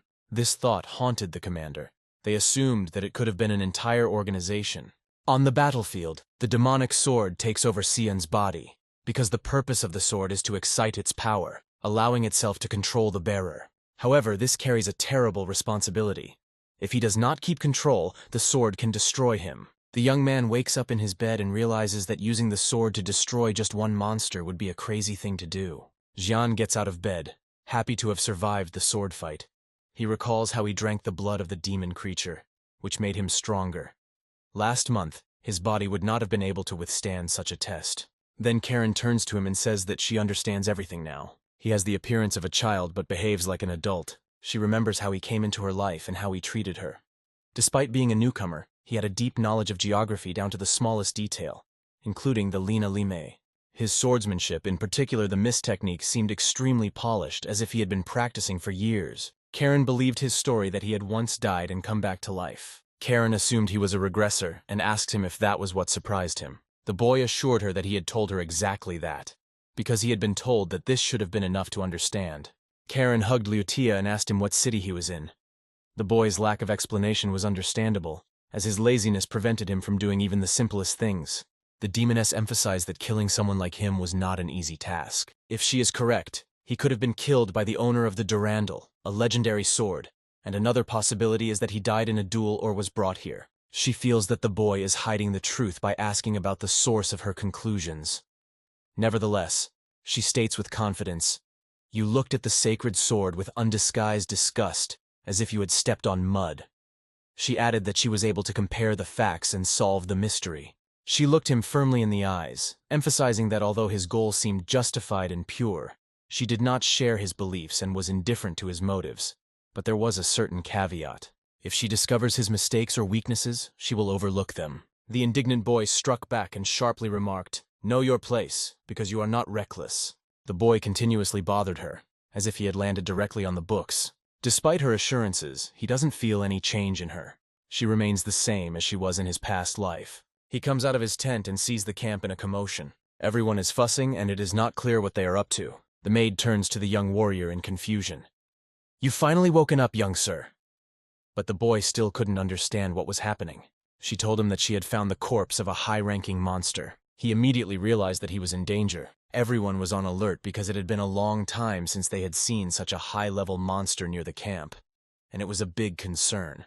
However, this did not faze the boys, which in turn scared Emily. The boy was only interested in the topic that was being discussed in the camp, in particular about a suspicious person. During the conversation, the king's bodyguard approached the young Cyan master and addressed him. He balled his hand into a fist and said that the duke wanted to see him immediately. The guy realized that he had neglected to care for the bodies of the dead, because the soldiers had unexpectedly stumbled upon these bodies. His plan to enjoy life before entering the academy might fail. The boy entered the tent where his master was staying and greeted him, calling him by name.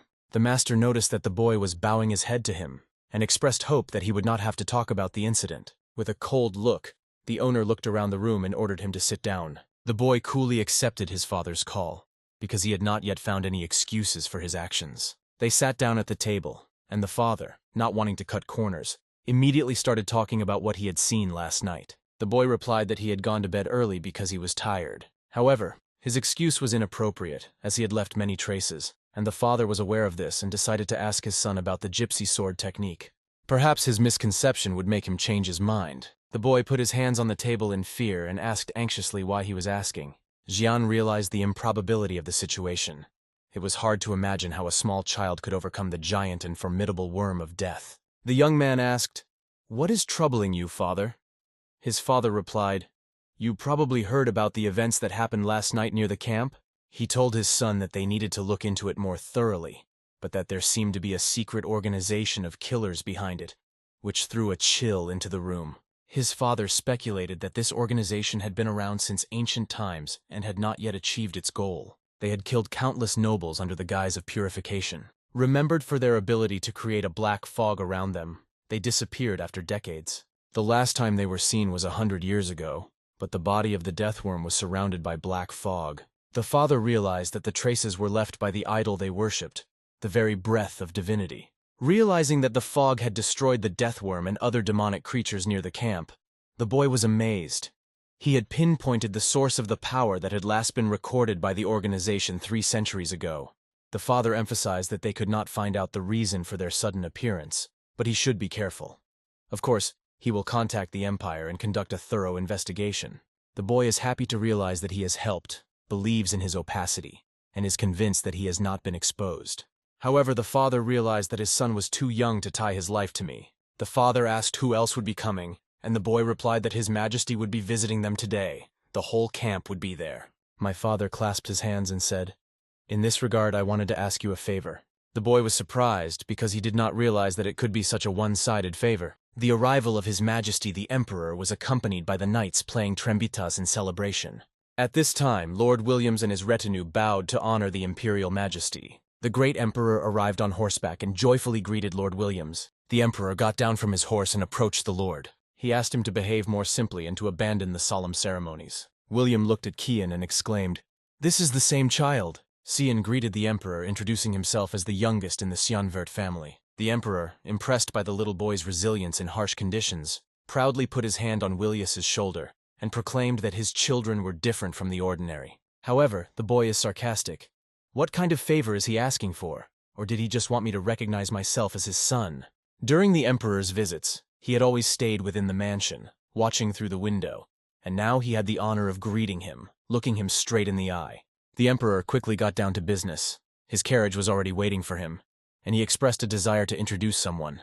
A person in red boots stepped out of the carriage, which was opened by servants. The fifth princess of the empire, Severus, is a character in a mythical, possibly literary story, who possesses majesty and power. Her story may tell of adventures, intrigue, and the consolidation of power within the empire. Since you have not provided details about her or context, I cannot provide a more specific paraphrase. If you need more information or details, please provide more information about the fifth princess of the empire, Severus. The young man recalls the tragic fate of Princess Severus. Yesterday during lunch the Lord said that he would spend the next day accompanied by Princess Arin. The boy was not very eager, and remained amazed that he was the one who was entrusted with this task. However, his father emphasized that it was advisable to keep the princess company because they were the same age and would meet at the academy. He had seen the princess several times at the academy during breaks between classes. The Panuvav expressed the opinion that it would be appropriate and not time-consuming to find a common language with someone from the royal family, and added that his father would be pleased if they got along. He wasn't thrilled with the person, but he couldn't dismiss her words, knowing that he wanted them to have a friendship like the one he had with the emperor. The boy realizes that they cannot build mutual understanding with this man, and the girl is not destined to become his wife. He exhales heavily, realizing that he cannot say it out loud, because the consequences remain unknown only to him. It annoyed him, but for now he had to obey. The young man met the eyes of the Empress, who asked him a question. She asked him why the river was so red, and he was surprised. "You mean the river of blood?" The girl was shocked by the sight of the river of blood flowing throughout the valley. The color of the stream was easily explained. Because demonic trees that are old or damaged cannot compete with others for resources, they instinctively absorb water. The dead trees and their sap end up in the river, staining it red due to decomposition by mana. The girl is shocked to find out if it is really the blood and essence of demonic beasts, to which the boy confirms that they drink it and bathe in it, which is extremely repulsive. He warns the girl not to go near that place. The feeling of disgust bothered the girl for the rest of the week. A boy stands on the edge of the cliff and tells her that ahead is the realm of demons, the place where they live. The guy says that if she walks along the shore, she might even meet their king, who will be smiling, although no one in their right mind would do that to her. A bright light caught their attention, flickering in their direction. The girl asks about the light in the distance, and the boy explains that it is the third sentry post to the west. This yellow light heralds the approach of demonic beings. The girl is shocked and terrified to realize that she is surrounded by demonic beings. With a powerful cry, the Lord calls for the defense of the king. He leads a squad of knights to the third guard post to the west. The emperor said, "Well, Willius, don't start."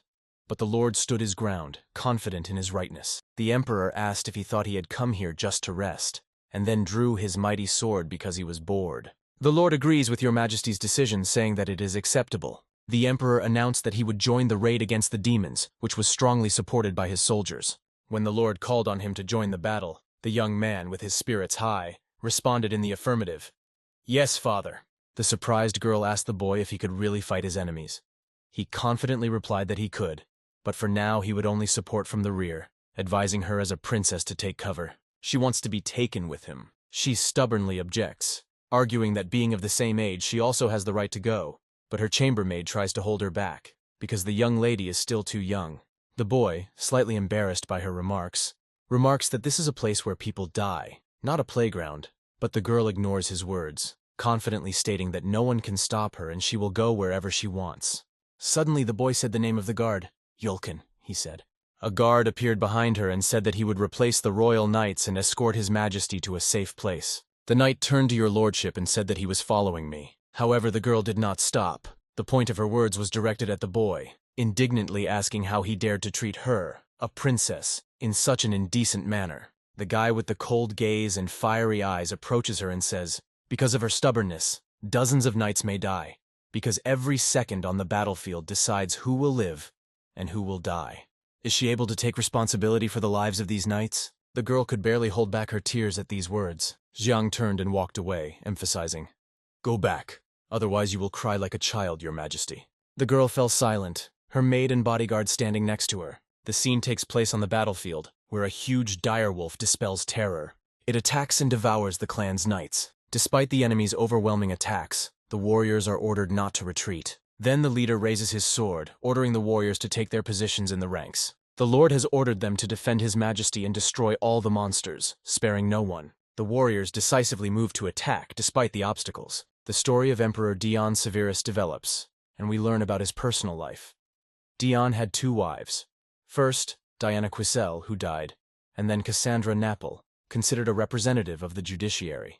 The previous empress gave birth to the first and second princesses. The current empress gave birth to the 4th princess and the 4th prince, as well as representatives of new blood in the nobility. The 5th princess was an illegitimate daughter of a simple peasant woman. However, Oren did not care about the attitude of others. She fulfilled her sacred duty as a member of the royal family, devoting more time to her studies than anyone else. The disgruntled nobility accused her of treason. After the fall of the empire, it was rumored that she died alone of an illness on an island, and she was called the tragic princess.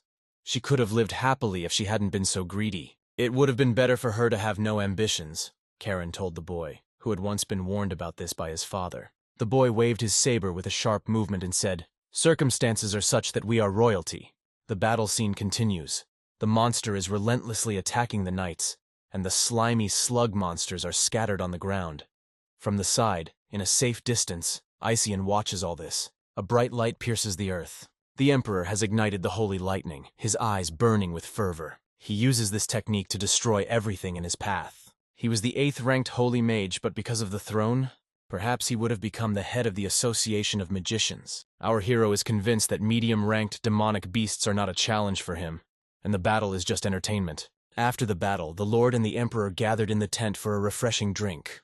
It had been a long time since they had been together, and as the Emperor raised his glass, he expressed his sadness for the times they had shared. But the Lord refused to drink while at the front. The Emperor continued the conversation, touching on the current state of the empire. Recently, the number of assassinations of noblemen has increased. The Lord wonders if there is a pattern in the series of murders. The Emperor replies that all the dead nobles were corrupt. A dark mist was observed at the scenes of each murder. I wonder if they had any thoughts on this. The Lord said that he had found fresh footprints nearby, which he believed belonged to entities that had become active again. The Emperor emphasized that this made sense, but they had yet to investigate it. The Emperor poured wine into his glass and noted that he appreciated the purity of his path, but could not stand to see people lose their peace. However, this was not the only thing that concerned the Emperor. Apparently, a nobleman had spread a rumor that the 5th princess was to blame for the misunderstanding. The Lord was shocked. He asked a question. "Do you mean that Princess Erin is to be linked to these events?" The Emperor claims that he has been suppressing these rumors, believing them to be unfounded. But it seems that there is a group that is seeking to take advantage of this. The Emperor asks his friend to continue to rule for him and to take care of the empire in the event of his death. Vilius Worth assured, "I will fulfill your Majesty's orders until the end of my life." The Emperor expresses his gratitude to the Lord for his loyalty while it is raining over the tents. Returning to our hero, the maid asks what happened. Jian asked, "What did you expect?" However, the maid objected, emphasizing her royal status and asking how they could leave her so easily. She became angry, saying that he would never get married under such conditions, but he denied it, emphasizing that he was not going on a date. Although he has his doubts, he trusts her to take care of things in his absence. Once again, he prepares to leave the tent at night, which alarms the maid as a heavy rainstorm rages outside. He noticed that she did not wait for him, did not worry. When he was about to leave, the princess was already standing at the door. The maid was frightened, not immediately realizing who it was, but Jian was amazed by the princess's arrival. She took off her hat and asked, "Where are you going?"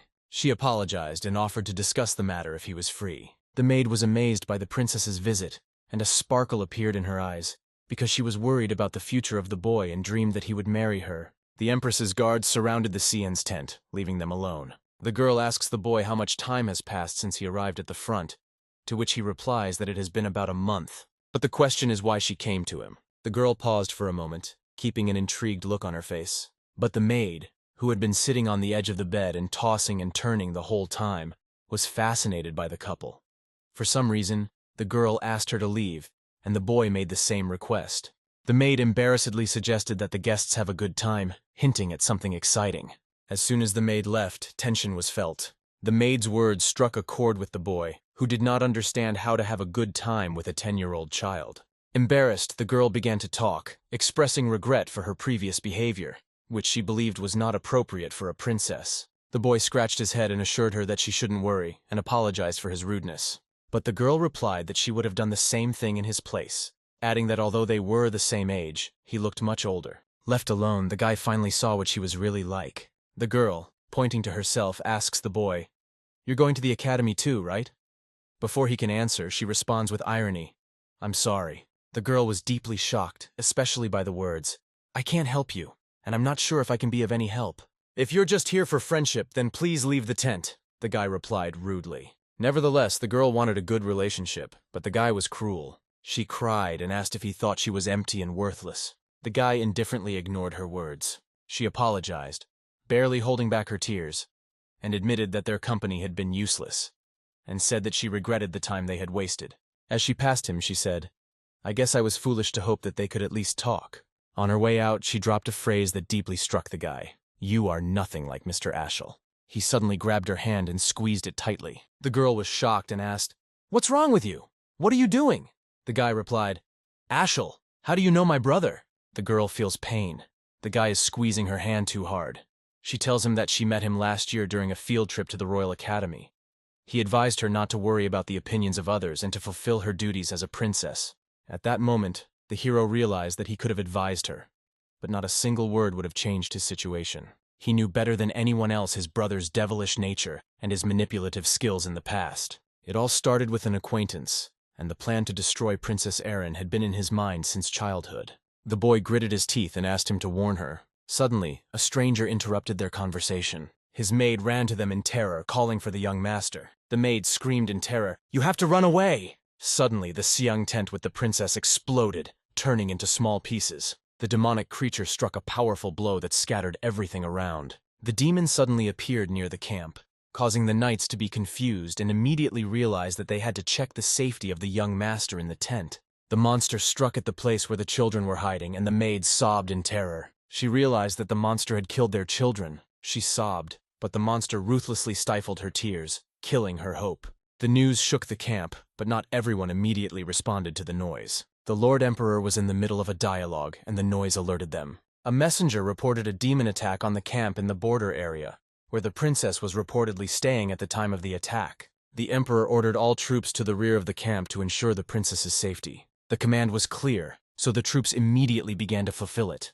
The Emperor was aware of the ambush near the camp and tried to understand for what purpose and to meet with whom it was conceived. In the camp scene, the orcs destroy everything around them, engaging in battle right in the middle of the camp. The hero of our story, being behind a rock, was confused by the sudden appearance of deadly worms and ogres. They all survived, being protected by orcs, ogres, and worms of death. These creatures were supposed to be hiding in the depths of the valley, but somehow they ended up behind the camp. Our hero felt that something had changed. He wondered if he was to blame, when suddenly the maid interrupted his thoughts. She was shocked by what had happened and thought he was dead. Promising never to leave him again, she struggled with her grief. The moment the orc struck them a powerful blow, on the verge of death, the boy saved the princess and dodged the blow. He remembered how he had once defeated a demon king, and he could not let his life end at the hands of a mere troll. The princess was worried about the fate of the knights in the camp. The maid reassured her that all the knights were safe and sound. The girl feels guilty, realizing that the trouble might not have happened if she hadn't come along. She is choking on her tears. "The knights are trying to cheer you up, Your Majesty. We're fine. It's our duty to protect you," says one, bowing down to her.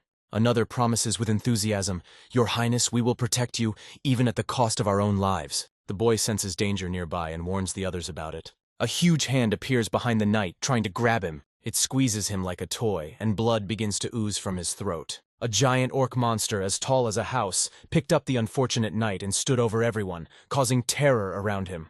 Panic-stricken, the girl was numb, unable to move, while Asia rushed forward, calling out to everyone to retreat. The orc was laughing, realizing his superiority over everyone, but his gaze stopped at Cyanna. The boy realized that all these monsters had come for him. The orc dealt with the knight, pushing him back.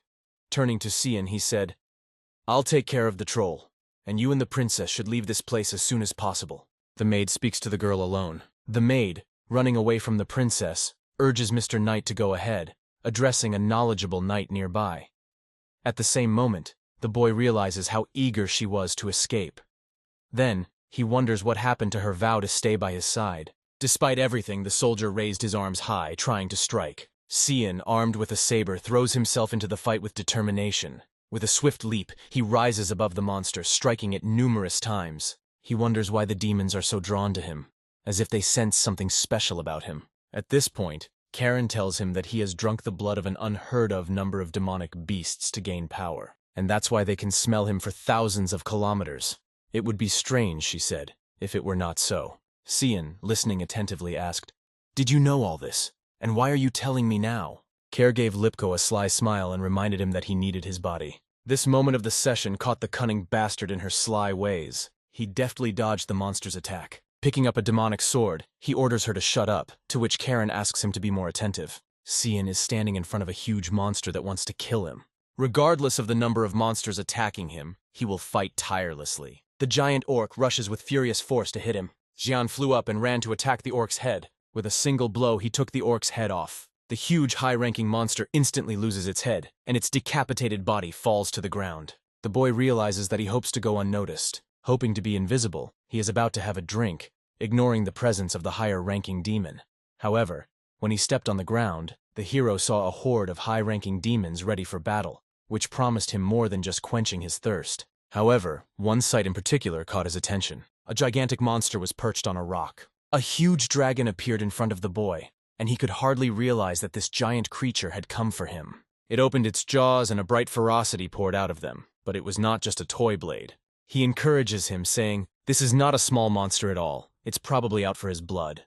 At that moment, the boy activated the demonic sword and, smiling, said that it did not matter where it came from. His task is to capture and, together with Karem, catch the dragon, which they must eat. The blow knocks the orc down. The Emperor and the Lord try to get to the wagon club, believing that the last monster may be there. The Emperor asks about the fate of the princesses and your son. The Lord replied that he could not find the missing, suggesting that they might have died.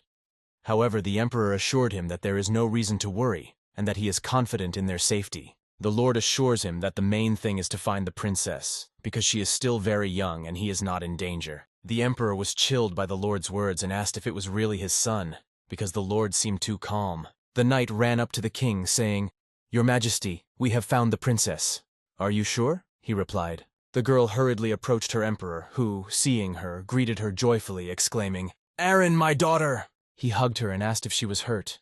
"We have to save him," she says, "but he doesn't understand who needs to be saved." With tears in her eyes, she said, "We must save Jean if necessary at my expense." The emperor said soothingly, "Calm down and tell me what happened." The Lord turned to the maid. "You must be my son's maid?" She confirms it. The Lord asks in a cold tone, "Tell me what happened to him." The maid replied worriedly that not even the Duke had ever spoken to her in such a threatening manner. She admitted that the young gentleman was only a decoy to buy time to escape. The Lord's gaze became cold and intense because of the situation. The knight, standing next to the maid, said, "I remember where I last saw the young lord. If you command me, I will go with my friends to rescue him." The emperor urges the Lord to answer, for he has been thinking for a moment. The Lord stands still and says, "We will not do that." As the emperor calms down, the girl stops crying, not realizing the seriousness of the situation. The emperor emphasizes that the problem with the camps must be solved without delay, because if they fall, hard times will come. Demonic beasts will invade the empire. They need to quickly restore this place to prevent new victims. But they ask, "What about the young master? Are we going to leave him to his fate?" The Lord said in an even tone that he had done his duty by helping the princess escape. This is a manifestation of loyalty. The emperor got down on one knee, silently accepting the words of the girl, who could not accept the news. In tears, she realizes that everything is always because of her. But suddenly, on a moonlit night, a blood-curdling scream is heard, frightening everyone. The girl, like everyone else, looks up. They saw not just a monster, it was a dragon. She holds her breath, her eyes fixed on the dragon, and a striking scene unfolds before her. Cyan is holding onto the dragon's paw and flying in the air. He flies silently, holding onto the dragon's leg. We return to the depths of our antiquity, where dragons, powerful and noble creatures, occupied a place closest to the Creator, were extremely rare. Our hero, being a mere human being, should not have approached them, but he still held onto the creature's leg. The guy was proud of the opportunity to encounter such a strong animal, but one question kept bothering him. Why is he forced to fly over those who should not see it? The camp fell silent when Cyan was spotted on the back of the flying dragon. The girl screamed out Cyan's name, for she was very worried and blamed herself for all his troubles. The Emperor and the Lord were surprised to see the dragon ridden by the Lord's son. In the tense situation, when the situation got out of control, the Lord stood still. He was asked why he did not try to do something, and why he remained inactive. At that moment, Cyan held onto the dragon's leg, realizing that his desire was to drink the beast's blood. He did not expect such a development. Xian challenged the demon dragon. Having transformed into a demonic creature, armed with Karen's dagger and pointing his sword against the dragon, he realized the need to catch and devour the monster. But numerous high-ranking demons stood in his way, and he could not waste time on them. Having activated the ability of the Sword of Mist, he instantly cut the villains like lightning, dividing them into pieces. Overcoming all obstacles, he landed successfully. The mighty dragon, exhaling flames, mysteriously watched the hero. The young man realized that he was just an immature giant, too young. In a moment, the dragon accumulated a huge amount of energy in its jaws, which blinded the boy with its brightness. The dragon suddenly pounced on the boy, destroying everything in its path with its devastating blow. Its laser-like lightning flame unmistakably shot at our hero, dissecting everything it hit. The guy deftly dodged the dragon's blow, going around it from the side. Deciding to troll the monster a bit, he said mockingly, "How unseemly of you to spit on me during our first meeting." Then the hero struck the dragon right in the face. The blows caused significant damage to the dragon, which made it roar, shouting out dragon pain. The powerful blows forced the dragon to retreat. It was bleeding and salivating, and drops of blood fell to the ground. The angry dragon could not stand the humiliation and pushed the boy aside. As he was thrown back, he swung his tail like a huge spear to strike his opponent. The boy had a trick up his sleeve, being prepared for possible unforeseen circumstances. He deftly dodged the dragon's powerful punch by using a ball-less style. He dodged another powerful blow from the dragon. The dragon fell to the ground from the heroic fight, cracking the ground beneath him. The boy, somewhat tired after the battle, feels pain in his shoulders and realizes that he is not yet strong enough to defeat the dragon. Despite the circumstances, he realizes the need to end this creature and gets into a fighting stance opposite the dragon, which is also ready for a quick fight.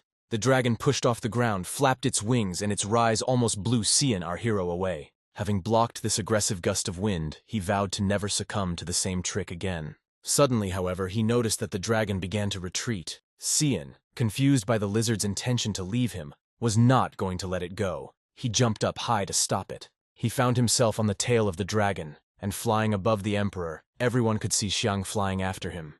The boy realized that his luck must have run out. Everything that was supposed to happen had already happened.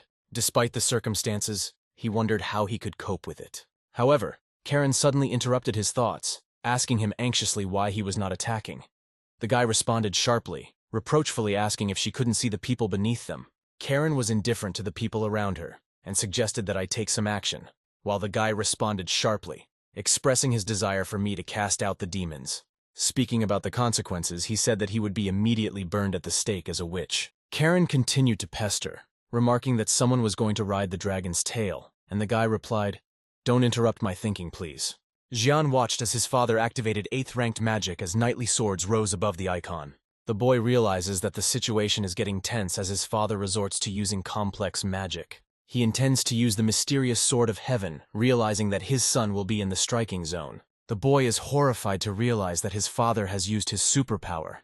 An infinite number of swords rush at the dragon with his son on its back. The boy confirms that he is the chosen one, dedicated to the defense of the continent, and is ready to take the blow of the swords to fulfill his destiny. He dodges every blow struck by the Lord, encouraging the dragon, rejoicing in his agility. If the dragon continues to avoid them, everything will be fine. Suddenly, however, the dragon noticed that the sword thrown against him was coming straight for his face, and he could not avoid it. As he let go of the dragon's leg, he was stabbed right in the leg. The guy falls to the ground with unstoppable speed, clutching his head, thinking with disbelief about the lost delicate dish. Flying down, Karen asks the boy if he is going to fly or maybe kiss the ground.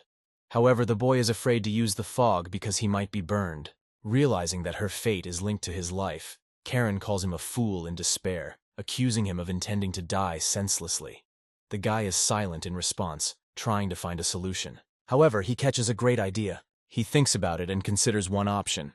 But Karen asks him if he is really going to do what he has planned. The guy walks straight to the blood-stained river, wondering what else he can do in such circumstances. He falls into the waters of the Red Stream. Some people were watching this spectacle. They saw the dragon, who stood out with his demonic posture, and they realized that they were witnessing a very unusual sight. Behind him, his demonic friend was standing and talking. However, the man claims that there may be other demonic beings in the area, waving his hand in that direction. His friend notices that people are settling outside the area. The man wonders if it is possible for a man to defeat a dragon. There is a tense silence around them. The demonic counselor asks what is troubling you. He replied that he felt a strange but familiar energy. His colleague suggested that if he was so interested, he could check it out for himself, but with one caveat. There was no need to kill someone just because he felt bored. He waved his wings, hinting at understanding, and promised to return soon. The boy plunged into the deep end of the river. When he came up, he gasped for air. He climbed a rock. When he got to the top, he leaned against the rock, realizing how tired he was. He was tired as hell, covered in the blood of his enemies after a fierce battle. Addressing the devil, he said, "Curse this life and this torment." He asked his demonic sword if she had survived. Karen dryly asked him not to speak to her again, but in her mind she was already intent on stopping his persistence once and for all. The man replied that there was no need to pretend to be someone special, and assured her that they would wash up when they returned. Karen asked, "Oh, so you intend to come back?" She realized that he needed to look around because he was in a demonic dimension. The guy reassured him, assuring him that there was no way he would encounter a demon. At that moment, the demon arrived at the scene saying, "Just as I thought, there is really something interesting here." The hero was shocked and listened to the voice with bated breath. This voice filled his thoughts so much that it never left his mind. He returned, realizing that he would never be able to forget that voice. A demon stood on the edge of the cliff, spreading his powerful wings and addressing the man. Before him stood Valkyrian, the king of the demons. Everyone who saw him said that he was the personification of evil. It was then that he appeared in front of the boy, behind whom lay a pile of dead knights. The boy took a fighting stance and exclaimed in surprise, "What the hell? Why now?" The Valkyrie had only asked the boy a question, with no intention of fighting him. So why didn't he just answer, he wondered. He focused his demonic anger on him. He begins to realize that the guy intends to fight. At one point, the enemy, using his teleportation abilities, moves behind the boy's back. The boy is frightened and responds to this maneuver. He swung in a circular motion around himself, but did not even hit the demon. The demon suddenly laughed at him. He can't stop because he knows about the incredible potential you have, and also because he dared to cut his hair. In a moment of silence, Karen asked the boy if this was the time to ask, but who was the other guy? He replied that he was the king of demons. Karen, overcome with shock, asks how they plan to defeat the demon king. The boy realizes that there is no way to escape, but he does not give up and tries to break free. Realizing the futility of his escape attempt, his hands trembled in front of Valkyrian's face. Valkyrian turned to the boy and spoke soothingly. He scratched his neck and reassured him, assuring him that he had no intention of hitting the child and advised him to relax. He solemnly settled down on the ground and stated that he did not intend to do anything. Throughout the conversation, he intended to just lie there quietly, assuring them that he may not be perfect, but he was not going to get into a conflict with the children. The guy felt uncomfortable, wondering why he was lying down, but the Alcarian kept asking if he was a man. The guy replied that the Alcarian was also interested in this and asked how he got here. The boy replied that he had been carried away by the current, to which the Alcarion said that he was in the demonic dimension for the first time. The boy was embarrassed when his interlocutor said with an emphasis on the word "come" that he had a strange energy. When asked who he was, the young man said that he was an ordinary person. However, the Demon King doubts the words of an ordinary man, because Valkyrian noticed that he knew his identity. But the boy said that they had never met. The Demon King replied, "I have never seen a human being, so how could I possibly know your appearance?" For the sake of argument, the boy asked the man who he was, even though he intuitively knew that this was the safe king he had heard about. The Demon King replied that he had felt a strange aura while on patrol. As a Demon King, he was obliged to take care of his domain. The boy was surprised to ask him if he was not the Demon King, because he had not seen the king inspecting his domain. The Demon King pointed at him and asked, "Why are you not impressed? I am the king of demons myself."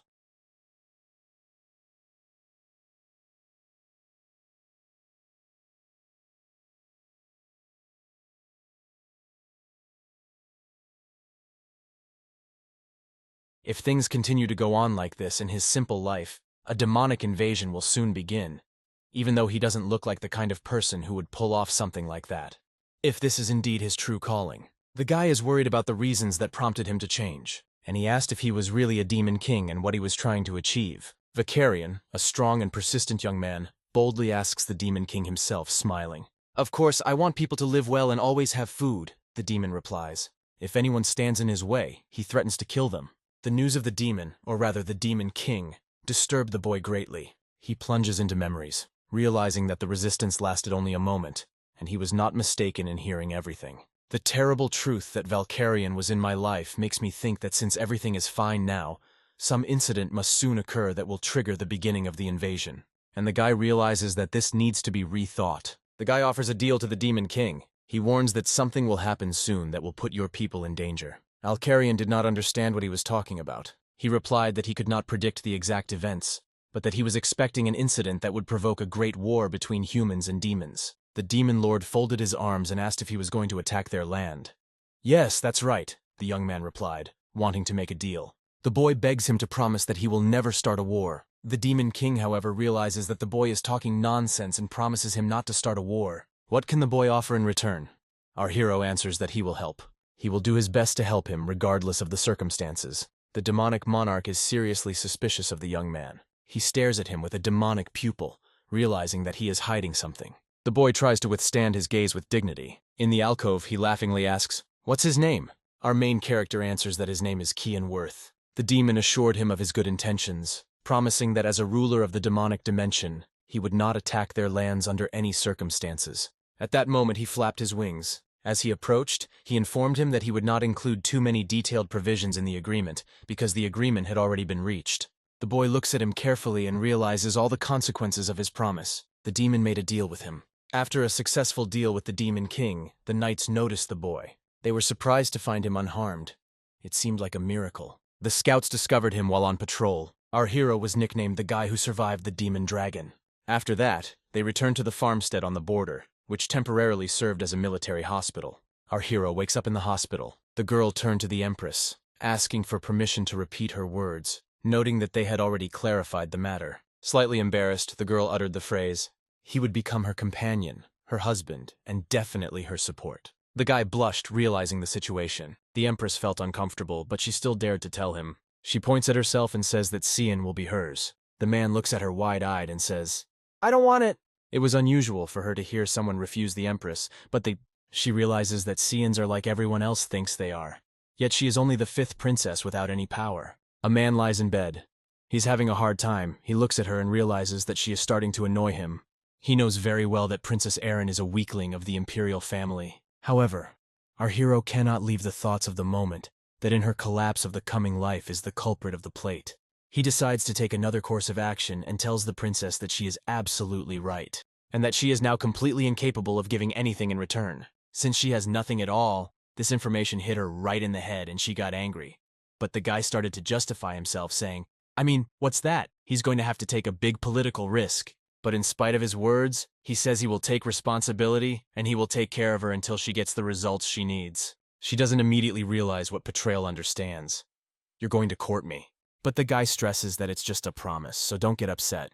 But her shoulders don't melt, and she explains that she understands what he means, that she has to get better, and then he'll acknowledge her. That wasn't exactly what he meant.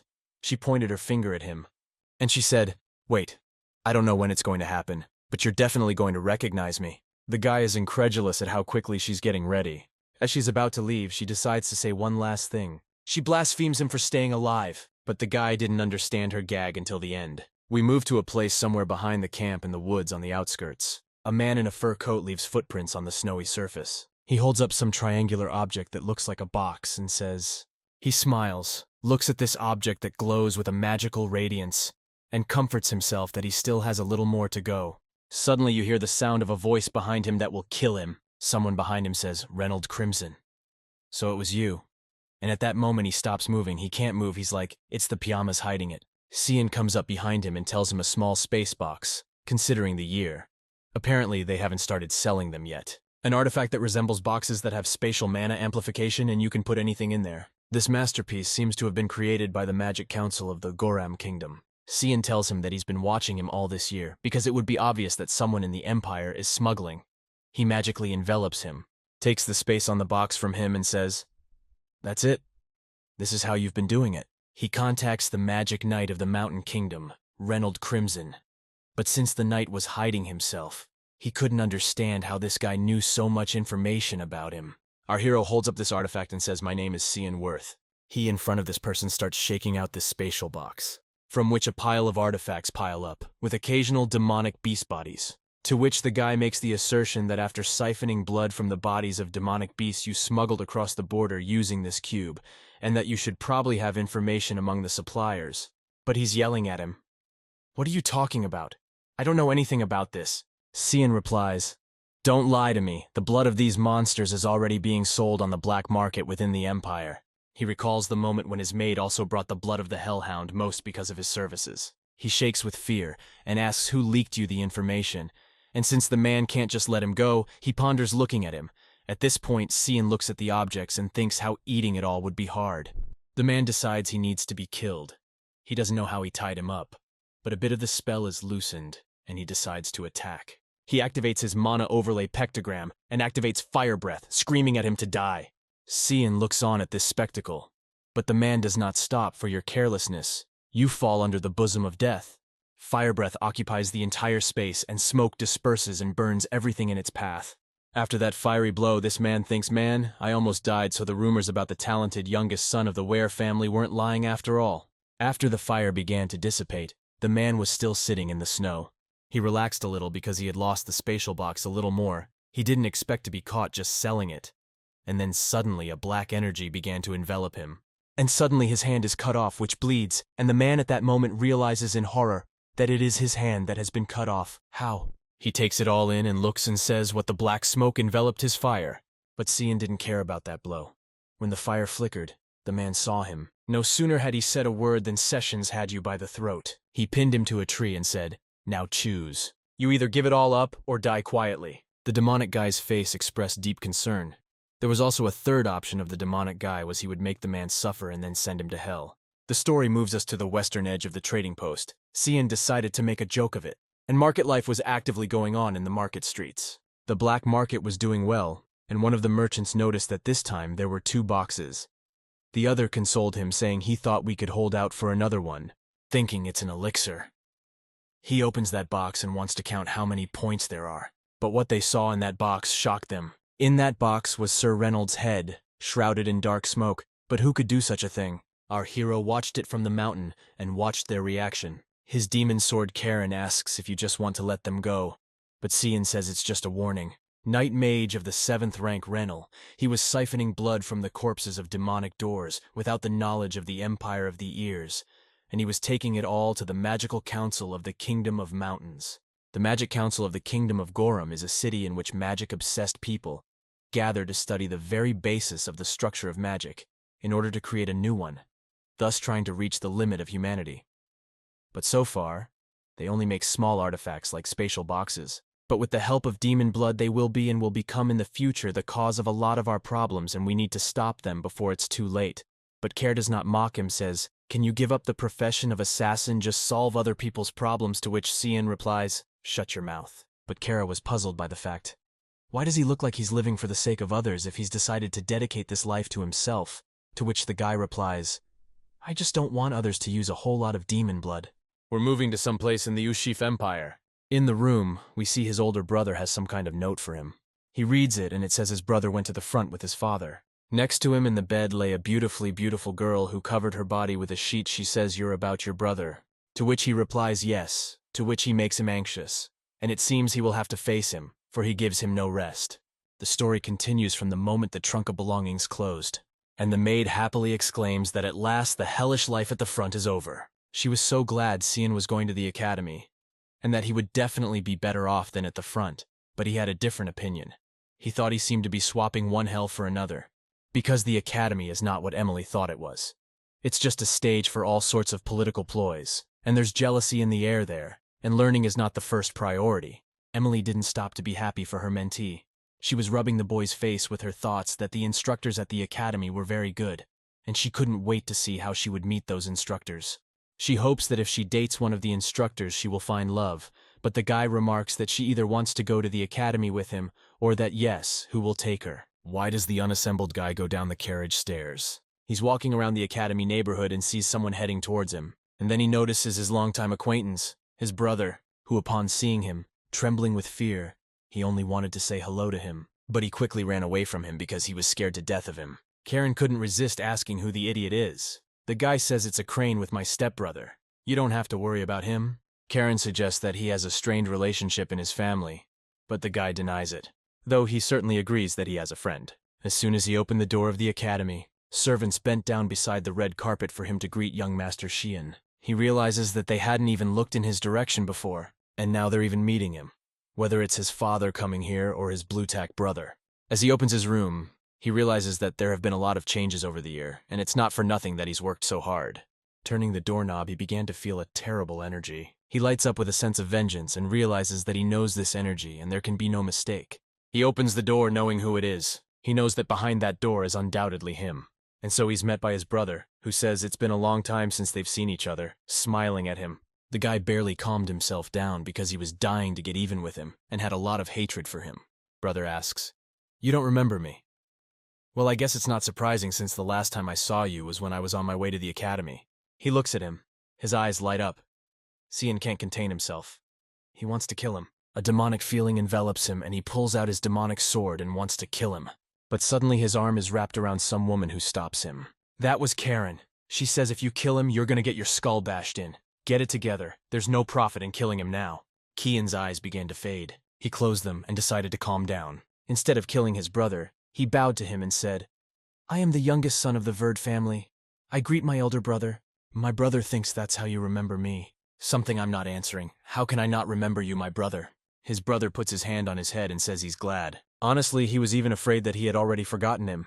He steps aside from him and says, "I've heard about your fencing skills, that they've grown a lot this year. You'll be a pillar of strength for the Worth family someday. But no, you're even better. You'll be my support on the battlefield," his brother says. But our hero knows his lying rose and says, "So I can't wait for this one." Hearing his answer, his brother suspected something, and he sees that he's kind of weird. "What a relief, because I only came to meet you," his brother says. Cyan calms himself down and realizes that he's not the type of person to pay attention to those he's not interested in. And Raz now understood why he had come here. It was even easier. Ciano smiles and says, "I wanted to meet you too, brother." At that moment, his maid is dragging Cyan's heavy suitcases and saying what a grateful child they are. Could it really have been that hard to help them out? Dragging those suitcases to the door, she breathed a sigh of relief. She was about to yell at the young master, and she did. She says, "How will you put me alone?" But then she sees his brother, the older gentleman, which shocks her. He replies, "I hear you and the gypsy have a pretty close relationship and you seem to be very friendly indeed." She was feeling overwhelmed because she was very ashamed of her aggressive behavior. She says, of course. But as soon as he leaves, she yells at him, "And I almost had to deal with it so you could warn me." But Cyan refuses and tells Emily, "Please, you can stay away for a long time." And keep telling her no stupid questions, just walk away. At those words, Emily turned pale and realized something was wrong. Cyan quickly ran to the bathroom and started burping hard, watching him get sick, and asks his demon sword Karen why you stopped me but doesn't answer. "You can thank me. If it was his chance, you could have easily taken Cyan's body while I was out of control," says the guy. But she replies, "Don't get any ideas. I just want your rage to grow and get stronger. It'll taste a little better that way," she says. The guy realizes it looks like his sword. "It looks like you." Someone's coming down the hall, walks up to Brother Cyan's door. Brother Cyan says, "Come in." A servant comes to him and says, "As you said, I have learned all about the other young lady." He asks, "And where is she?" The servant answers, "She is in the north of the continent, in the land of the white elves of Prinui." You say, who would have thought she'd be among the race of the unseeing or the wands? She's very much like that. And if she ever plans to return to the Empire, report to me immediately, he says. "I hear you, but there was something else good that happened." A brother doesn't ask why all of a sudden. "Because you look so much brighter than usual. You are so pleased to see your brother." To which he replies he laughs and says, "It must be possible to interpret it in this way too." He turns to him, his eyes glowing with a blue aura, and says, "That's not really true. I'm in a really bad mood right now."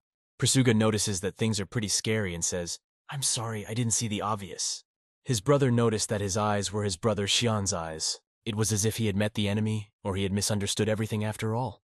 He is still very unclear and will need to be studied in detail, to which his servant replies, "Yes, I have already assigned a man to watch him." To which the Worth family member looked out the window and thought about his demonic vision. Those eyes of his brother Cyan's were something incredible. Not only is he hiding something from his brother, but he's very dangerous. Our story continues in one of Denmark Academy's carriage rides into some castle. Cyan's maid tells him that he has upset her very much. To which he replies, "I'm not to blame because as an escort to the academy only night you should have at least come for me earlier," says in aggression. says in aggression the maid. He says goodbye and says, "Bye," to which she rudely replies, "Come in, sir, all right." He misses a little and says, So let's get away from her. She sees that he's just driving and says he's just gonna take it and drive. She is so understanding, my little boy is gone. Don't be sad even if you get bullied, she says. Cyan hears her words and realizes she's not changing. At the time he was 8 years old and was so sick that he would periodically pass out. But to help him there were no such people. Then it was Emily who threw him on her back, and through rain and wind carried him to the doctor and asked him to help the young master. The doctor kindly opened the door and said, "Come in," and if it hadn't been for her at that moment she wouldn't have helped him, wouldn't have looked after him. He'd have died in the middle of nowhere for sure. The guy decides to say goodbye to her and yells, "Emily, behave or I'll personally kill you," and to the guy she's not just a maid. Emily waved back and yelled, "I can't hear you." But the young master, dressed in his suit, clasped his hands together and smiled. He realized that there were 6 middle-class knights anyway. A quality escort for one person is pretty good. He smiles at the whole spectacle, and realizes it's going to go to hell before I even get to the academy. A carriage with a Cyan is driving through a dense forest. The knights look back at each other. Cyan lies in the carriage and rests. The knight comes to the carriage and says, "Young master, we'll spend the night here." To which Cyan wondered where they were now. They were near the central city of Saffern, and most of all that tomorrow morning they would be there already. "Well answered. Let me know when you're camped out." To which the knight replies, "Young master." Cyan realizes the knight is lying to him, and there are no such forests near Saffern. They're not clear where they are at all, and it's obvious they're up to something. Knight says Cyan can come out, and Cyan comes out. He realizes it's an ambush but plays along, telling them the air is so fresh. But he's not going to pretend for long, and he says, "Okay." Who set it up because he saw some knights around him who were serious. There's a guy standing behind these knights. They all drop their masks and stare at him coldly. And one of them smiled. The guy thought he wasn't taken seriously or that he'd asked a question, his eyes lighting up. To another one of the knights replies, "You have no reason to know you're going to die anyway." He pulls out his sword and says, "It's a shame what happened. We do things out of our own free will." The guy watches the knights coming at him and says they will try to kill him as painlessly as possible. Just close your eyes. Just as suddenly, one of the rogue knights raises his sword Cyan and says goodbye. The guy dodges his daring blow and demolishes his cockpit, knight's head flying into his head. He blows the bastard's head off with his demonic dagger, the other knight watching and not realizing what happened. That insolent knight's head hadn't even realized what had happened yet before it fell to the ground. But Cyan pulls out his brightly colored demon sword and says, "I asked who the fuck was behind it." In shock, the assassins look at Cyan and realize that he's not to be trifled with. But whoever organized the scheme was behind these pawns. Cyan is filled with the power of the demonic sword of dark mist, and says that the bastards of what style didn't expect such a thing. They froze and could not believe their eyes. One tried to attack him from behind. Cyan, on the other hand, was so quick to dodge and strike the bastard that the one that was chopped open was bleeding out. Cyan continued his attacks, and these lightning-fast attacks cut hands, destroyed those rascals. He continued to order his aides, and struck one blow after another to every fool who managed to attack him. To solidify the result, he even hurled his sword at one of them. One of the knights stood looking at this and started crying that this was happening. How this 11-year-old kid was able to outbid high-ranked warriors. All those knights lay in his lap completely dead. Couldn't even do anything. The boy pointed his hand toward the sword he had hurled, and it very quickly returned to his hand, which left no doubt that you are no wonder you survived your encounter with the dragon. This isn't just an 11-year-old kid. This is the Messiah. And this mission, Lament this knight says, was originally predestined to fail. The guy walks up to him, and this knight falls to the ground and grunts in fear. He turns to him and says, "You tell me everything on the run." To which he replies with a shrug of his shoulders that Margaret's moon is behind it all. The guy realizes it was very simple, and the dirty killer keeps crying and begging him not to kill. So Beat the guy took pity on him, and he drove the chariot. And on the way, Sean sat in the chariot, and this kid was telling him that, as far as he knew, young Mr. Crane had asked for help from Mrs. Margaret, and we think this mission was that help. Cyan thinks to himself, "Oh, so it was Kranz after his meeting. He decided to organize an assassination attempt. Yeah, I'll teach him a lesson next time." Failure to strike is addressed to him, and he says, "Young master, what's going to happen to me now?" He bowed his head and realized that things were bad. He asks all of Cyan if he will kill him. Cyan replies, "I see that you don't really mind." To which he replies that we were the first to ask you to kill, and I have no right to ask you for forgiveness. The guy tells him, "Then drive the wagon because the living are more useful than the dead because you're pretty good at driving a wagon, then steer it." This unlucky assassin says, "Thank you, young master." Xiang says, "Let's go." Soon they arrive in the central town of Saffern, a beautiful castle lit up by the summer sun. The new chapter begins with a vase being broken with some flowers in the castle. Furious at the news that one is missing and 6 are dead, the mother of one of the king's boys reacts to the news that the southern gentleman left Saffern 10 days ago.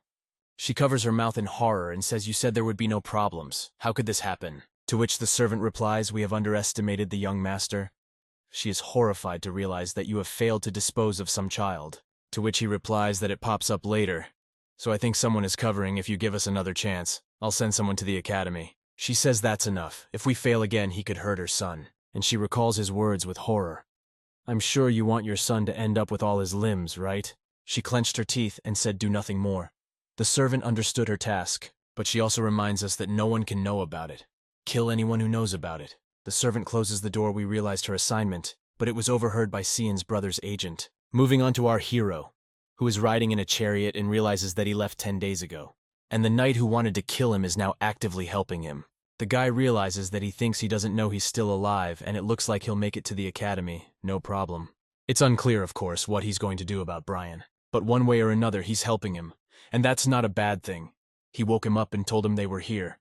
The guy opens his eyes and looks at this city, and he's brought back these memories. He can't say they're good, but the academy has definitely changed him a lot. He goes to the examination board and shows them that he is the son of the Duke of the Worth family. The commission is thrilled with this news. And he says, "Yes, of course we've registered you.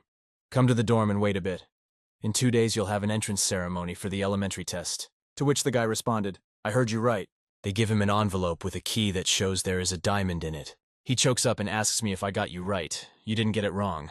Moving to the room that had been prepared for them in the dormitory, he drops off his belongings that his new servant had brought with him. He opens his mouth wide because he realizes this is a city.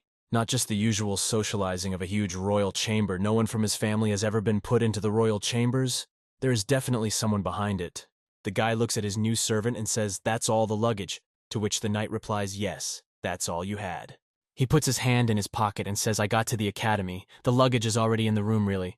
Which means your job is done. Your role is coming to an end. Brian is scared. He realizes the guy wants to kill him and asks him to stop. But Cyanky gives him a bag of gold in his hands. You didn't realize what it was. But the guy says it's for your work. It should be enough for you to start a new life. In Isles, you could be killed. So you have to come here.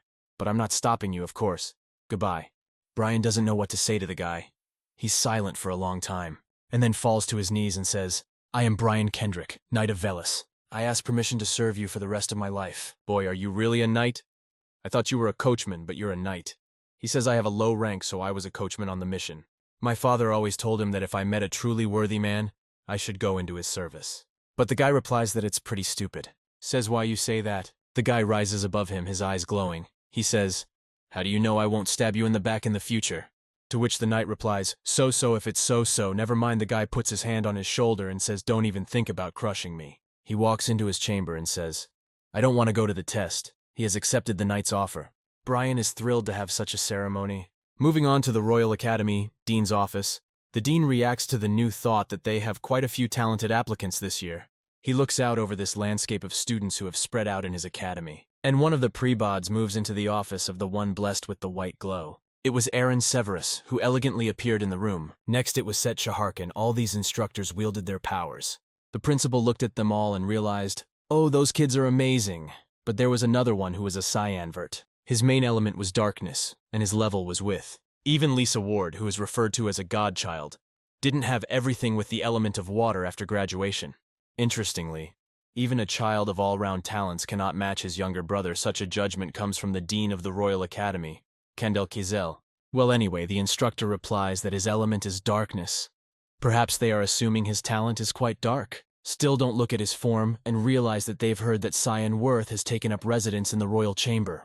And to which they reply that yes, she was also told that it was the instructor. And that was an order from the emperor himself. To which the director replies that it seems Cyan Vert saved the princess from the monsters at the front, and that there has been talk of their marriage. The 5th princess, who she considers a failure, will marry the son of the Talanavite of the Vert family. He asks the instructor what she thinks this could lead to. She replies there will be reprisals on the inheritance front, which could split the empire and lead to civil war. The director replies, "Yeah, we're not making it up, we're just spectators anyway." We'll wonder for ourselves if this kid will become a hero of the Empire or lead it to the bill. Walking down the corridor of the academy, Cyan realizes that in his past life he had about 80% darkness, and now he has 92. He assumes it's because of the prominent demon blood, as here he meets his brother, who looks at him in horror and gets scared, at which Xiang realizes that it must be scary to see a dead person. Tough Guy answers, "Oh, so you're the guy who's using him as a slave?" The guy answers, "Yes, it's Seth." Fatty was the son of the Marquis of Penneron. Papa Penneron was his name. He smiles and says, "I hear you don't even know who your mother is." The guy recalls being bullied in a past life. His demonic eyes fill with hatred. He rejoices because he was so fortunate to meet them. He's standing there waiting for them to do something when the fat one comes out and says, "Stand back, we need to give him a good smack." The guy wanted to stop his friend, but he wanted to post-divatizia with Cyan. Just as the fat one approached him, Cyan knocked him out with his foot, so that when the fat one hit the floor, he crushed him with his body. His friend shouts, "No, not again." Xiang, satisfied after a spectacular punch that incapacitated the fat asshole, invites his brother Kranz to talk.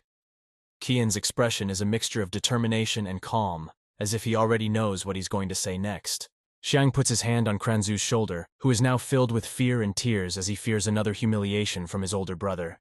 His face expresses a mixture of anxiety and despair. With a calm yet restrained voice, Xiang addresses Kranz. "Don't torture yourself with futile attempts, brother. You know yourself that nothing will come of it, but I'm merciful, and I'm giving you one more chance." Xiang's tone is full of contradictions, both kind and dismissive. Kranz, absorbed by Cyan's words, stands there as if paralyzed with fear and does not know what to say. He looks lost, and his eyes are wide with shock. As he walks away from the conversation, Kranz thinks about his future life at the academy, which he hopes will finally become more exciting. His face reflects a mixture of hope and determination.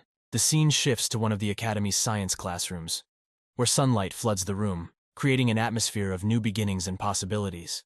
The professor walks slowly down the red carpet, asking herself a question that has been nagging at her about one of her students. Is this guy a disaster or a hero? She wonders, unable to find an answer to this difficult question. She plans to observe Cyan closely to understand him better. Stepping up the stairs, the professor lowers her shoe with a loud thud, indicating her determination and confidence in her actions. When she reaches the top shelf of books, she suddenly notices that one of the books is missing, which only adds to the mystery of an already intriguing day. The professor could not calm down, realizing that the book could not have disappeared by itself. She was convinced that someone had taken it. But who? Behind her, the figure of Cyan Vert appears, holding the missing book in his hands and asking if it is the one she is looking for. He looks confident and slightly defiant. Although the professor did not expect to meet him here, she, as a teacher, decides to stick to her role to the end. She is surprised that he was able to get past her without being noticed, and declares that students are not allowed in this room. She points a finger at him and asks him suspiciously if his name is really Cyan Vert, and if he can return the book she needs for her research. Cyan smiles and accepts her request without objection. He hands the book to her in a friendly manner, looking friendly and calm. As soon as the book is in her hands, a dark energy flashes between them and rushes towards the book. The energy cuts the book into pieces, demonstrating Cyan's impressive strength. The guy stands, the energy bursting out of him, and the books flying around. He asks her if this is what she was looking for. He addresses her as the instructor of Serik, the leader of the Mist. Hearing these words, the girl is overwhelmed by her own power and wonders how he knows about it. In their previous life, their acquaintance was quite different. As a former ruler, Sarika was interested in Cyan's impressions of the academy. She had been his instructor in his previous life, helping him in his individual lessons to gain his father's recognition. Although Sarika had expected him to progress, the academy had become for him only a bullying school organized by his older brother, and her lessons seemed like a joke. Such memories popped up in the hero's mind. They sat down at the table, and the teacher noted that she was really interested in him. His compatibility with darkness was 84%, which was a great rarity and a gift, but Cyan was sure that this element had nothing good. However, Sarika wanted to prove to him that people did not yet know the true benefits of this element, and believed that its growth potential was simply limitless. She inspired the boy's confidence and encouraged him to achieve success in his past life. Although he had a strange mixed feeling about her, she was a good person and could undoubtedly help him. But at that moment he realized his mistake, and when he returned to this life, he realized that he had been deceived. You cannot trust the person hiding behind those glasses. The facade of a Royal Academy instructor is just a cover, but in reality this person is a murderer. She is the leader of the Fog, who hides her true identity inside the Academy, where all the elite of the continent gather. Her appearance hides a dark face of incredible energy that is only felt, but not seen by others. She noticed Cyan's initiative and agreed to listen to him, surprised by his courage and determination. She said that for this conversation they needed to move to the laboratory, so they should follow her. Cyan was surprised that she accepted him so easily and decided to listen. It seems that she has her own plans for him. The laboratory retained its original appearance. Chaotically scattered objects, unknown paintings, and books still occupied their places. She prepared delicious tea for our hero, and he drank it without suspecting anything wrong. However, Cyan still asked her if the tea was poisoned. The teacher replied that the tea was not deadly, but it was enough to melt several organs, adding with a slight smile. At this, Cyan calmed down, knowing that it would not affect him. He had trained with demon blood and Emily's leaps. The taste and smell of his nurturer Emily had always been rather dull. Cyan's eyes blaze with demonic energy, and he asks that the tea be much stronger and more poisonous next time. The teacher tenses up, surprised by his self-confidence and demand. The teacher wonders how Cyan was able to reveal her true identity, and moreover, how he even knew about it. She notes that he even found and knew where the book containing the various demonic commands was kept. She asks him if he wanted to tell her about it. Cyan confidently asserts that she is part of the mist, and that he also needed to say or prove it. The teacher is tense at his words, as he is behaving quite defiantly, partly because of his high degree of compatibility with the element of darkness, and she considers eliminating him. But Cyan replies that when he was crossing the Shatran, he was constantly asked if having only one knight was enough, and that he was only a coachman. He says that he has recently heard about the deaths of nobles, but the teacher cannot understand his intentions. Then he says that all this happened because she started a purge. After these words, she reacts quite calmly, but this may mean that she has prepared her response or is planning actions that match her true intentions. She claims she doesn't understand what he's talking about, and the demonic energy begins to fill the room with a dark fog, making the atmosphere increasingly tense. Although Cyan calls these actions cleansing, he clarifies that it would be better to call them murders, emphasizing the seriousness of the crimes. The demonic teacher assures him that she can punish him severely, and he will regret his words, but the threats do not frighten him. Suddenly, the teacher stamps her heel on the table, and the table they were having tea on turns over, breaking any cover of normal conversation. Cyan watches as she changes her demeanor and begins to speak, and he prepares to act. He cuts through the table with his demonic energy, but finds that the teacher is no longer at the table. At this point, the dagger-wielding teacher appears over the young hero, raising her weapon to deliver a fatal blow. Cyan says that he has already proven his affiliation with the Mist, but the teacher replies that even if he is indeed a member of the Mist, she, as a leader, does not recognize other such organizations. Her lightning strikes are aimed at Cyan, but he dodges them using his speed and training. Despite his maneuvers, the furious teacher is not going to let him go, emphasizing that the conflict has reached a critical point and no one can retreat. Cyan realizes that the situation is becoming increasingly tense and does not bode well. Repelling the attack of this bloodthirsty woman, he actively parries her blows using his agility and skills. If she doesn't believe him, he will have to prove himself right, not with words but with actions. And after a short time, thousands of blows came at her, each one requiring more and more effort from the teacher to defend herself.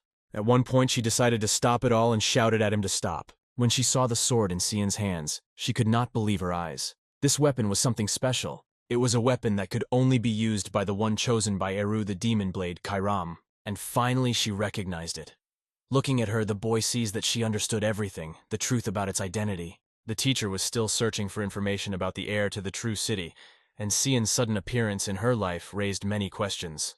As the heir to this demonic sword stands right in front of her, Cyan asks her to guide him to Air, where he can find answers to his questions and possibly reveal his true mission.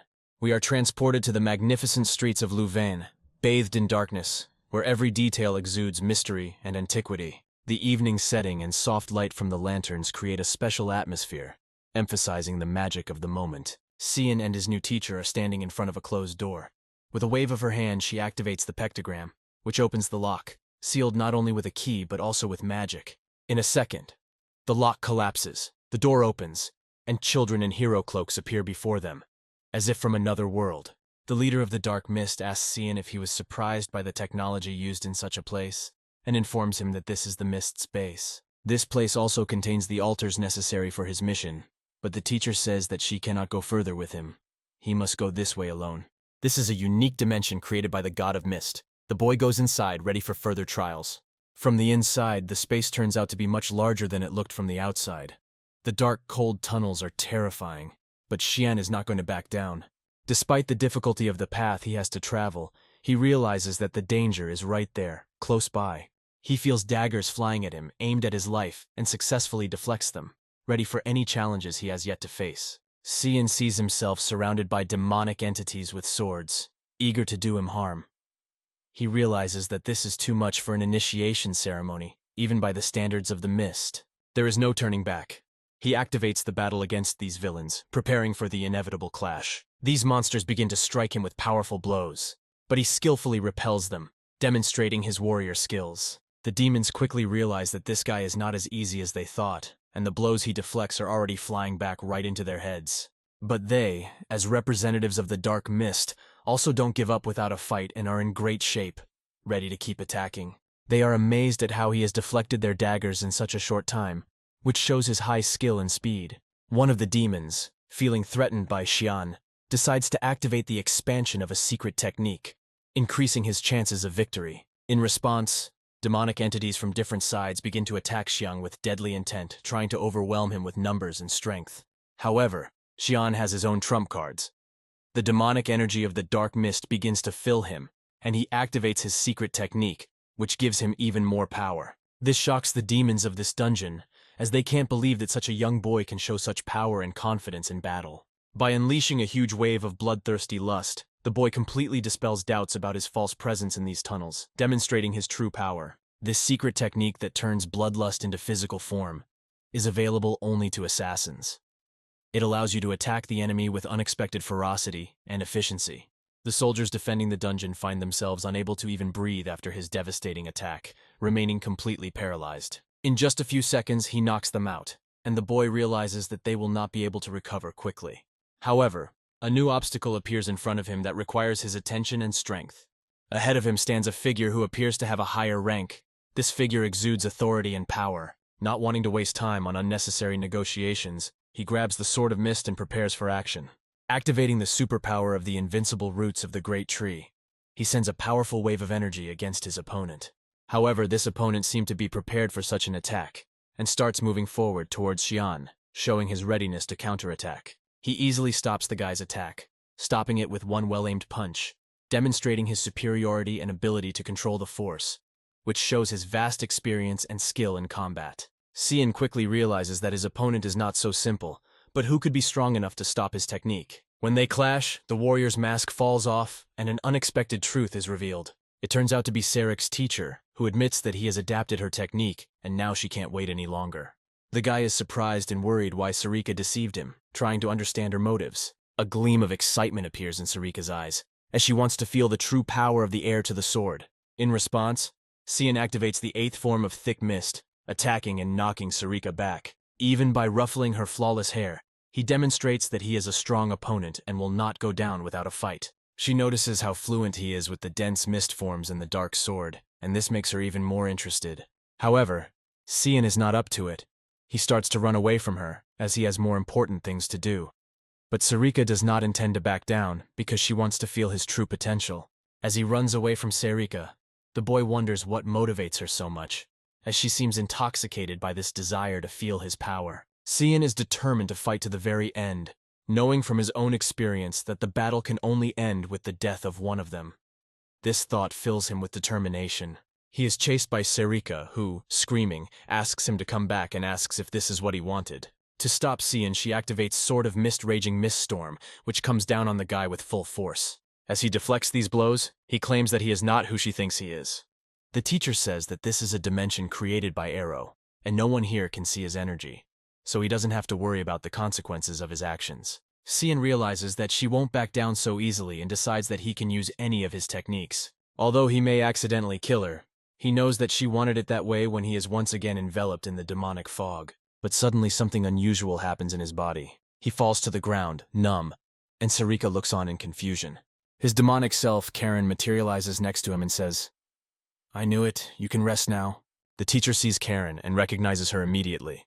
indicating her importance in the world of demons and magic. Karen explains that she didn't want to interfere, but the situation called for her involvement because she knows who she is. Sarika, realizing that she is facing Karen's demon sword, kneels on the ground as a sign of respect and asks in shock what is really going on. Karen is outraged, saying that Sarika should have been honoring Ira instead of attacking her master. Sarika replies that she was only trying to verify that Cyan was who he said he was, and that he was the true heir. Irritated, Karen points out that Sarika could have just asked her god instead of starting a conflict. Raising her claws, illuminated by a demonic mist, Karen asks if Sarika is intentionally challenging her. Sarika replies that perhaps she should first deal with the heir, paying attention to his condition.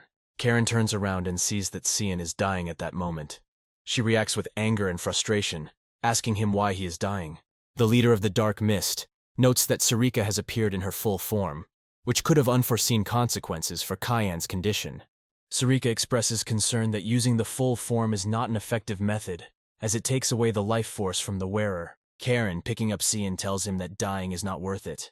Sarika replies that she is a representative of the Dark Mist and does not shy away from a challenge. She adds that if she is the enemy, she will definitely not back down. Karen watches her and realizes that Sarika is not afraid at all. At this point, Cyan asks Karen why she decided to take on her full form. Karen tells Cyan that he should just be quiet and follow her, as she intends to teach Sarika a lesson.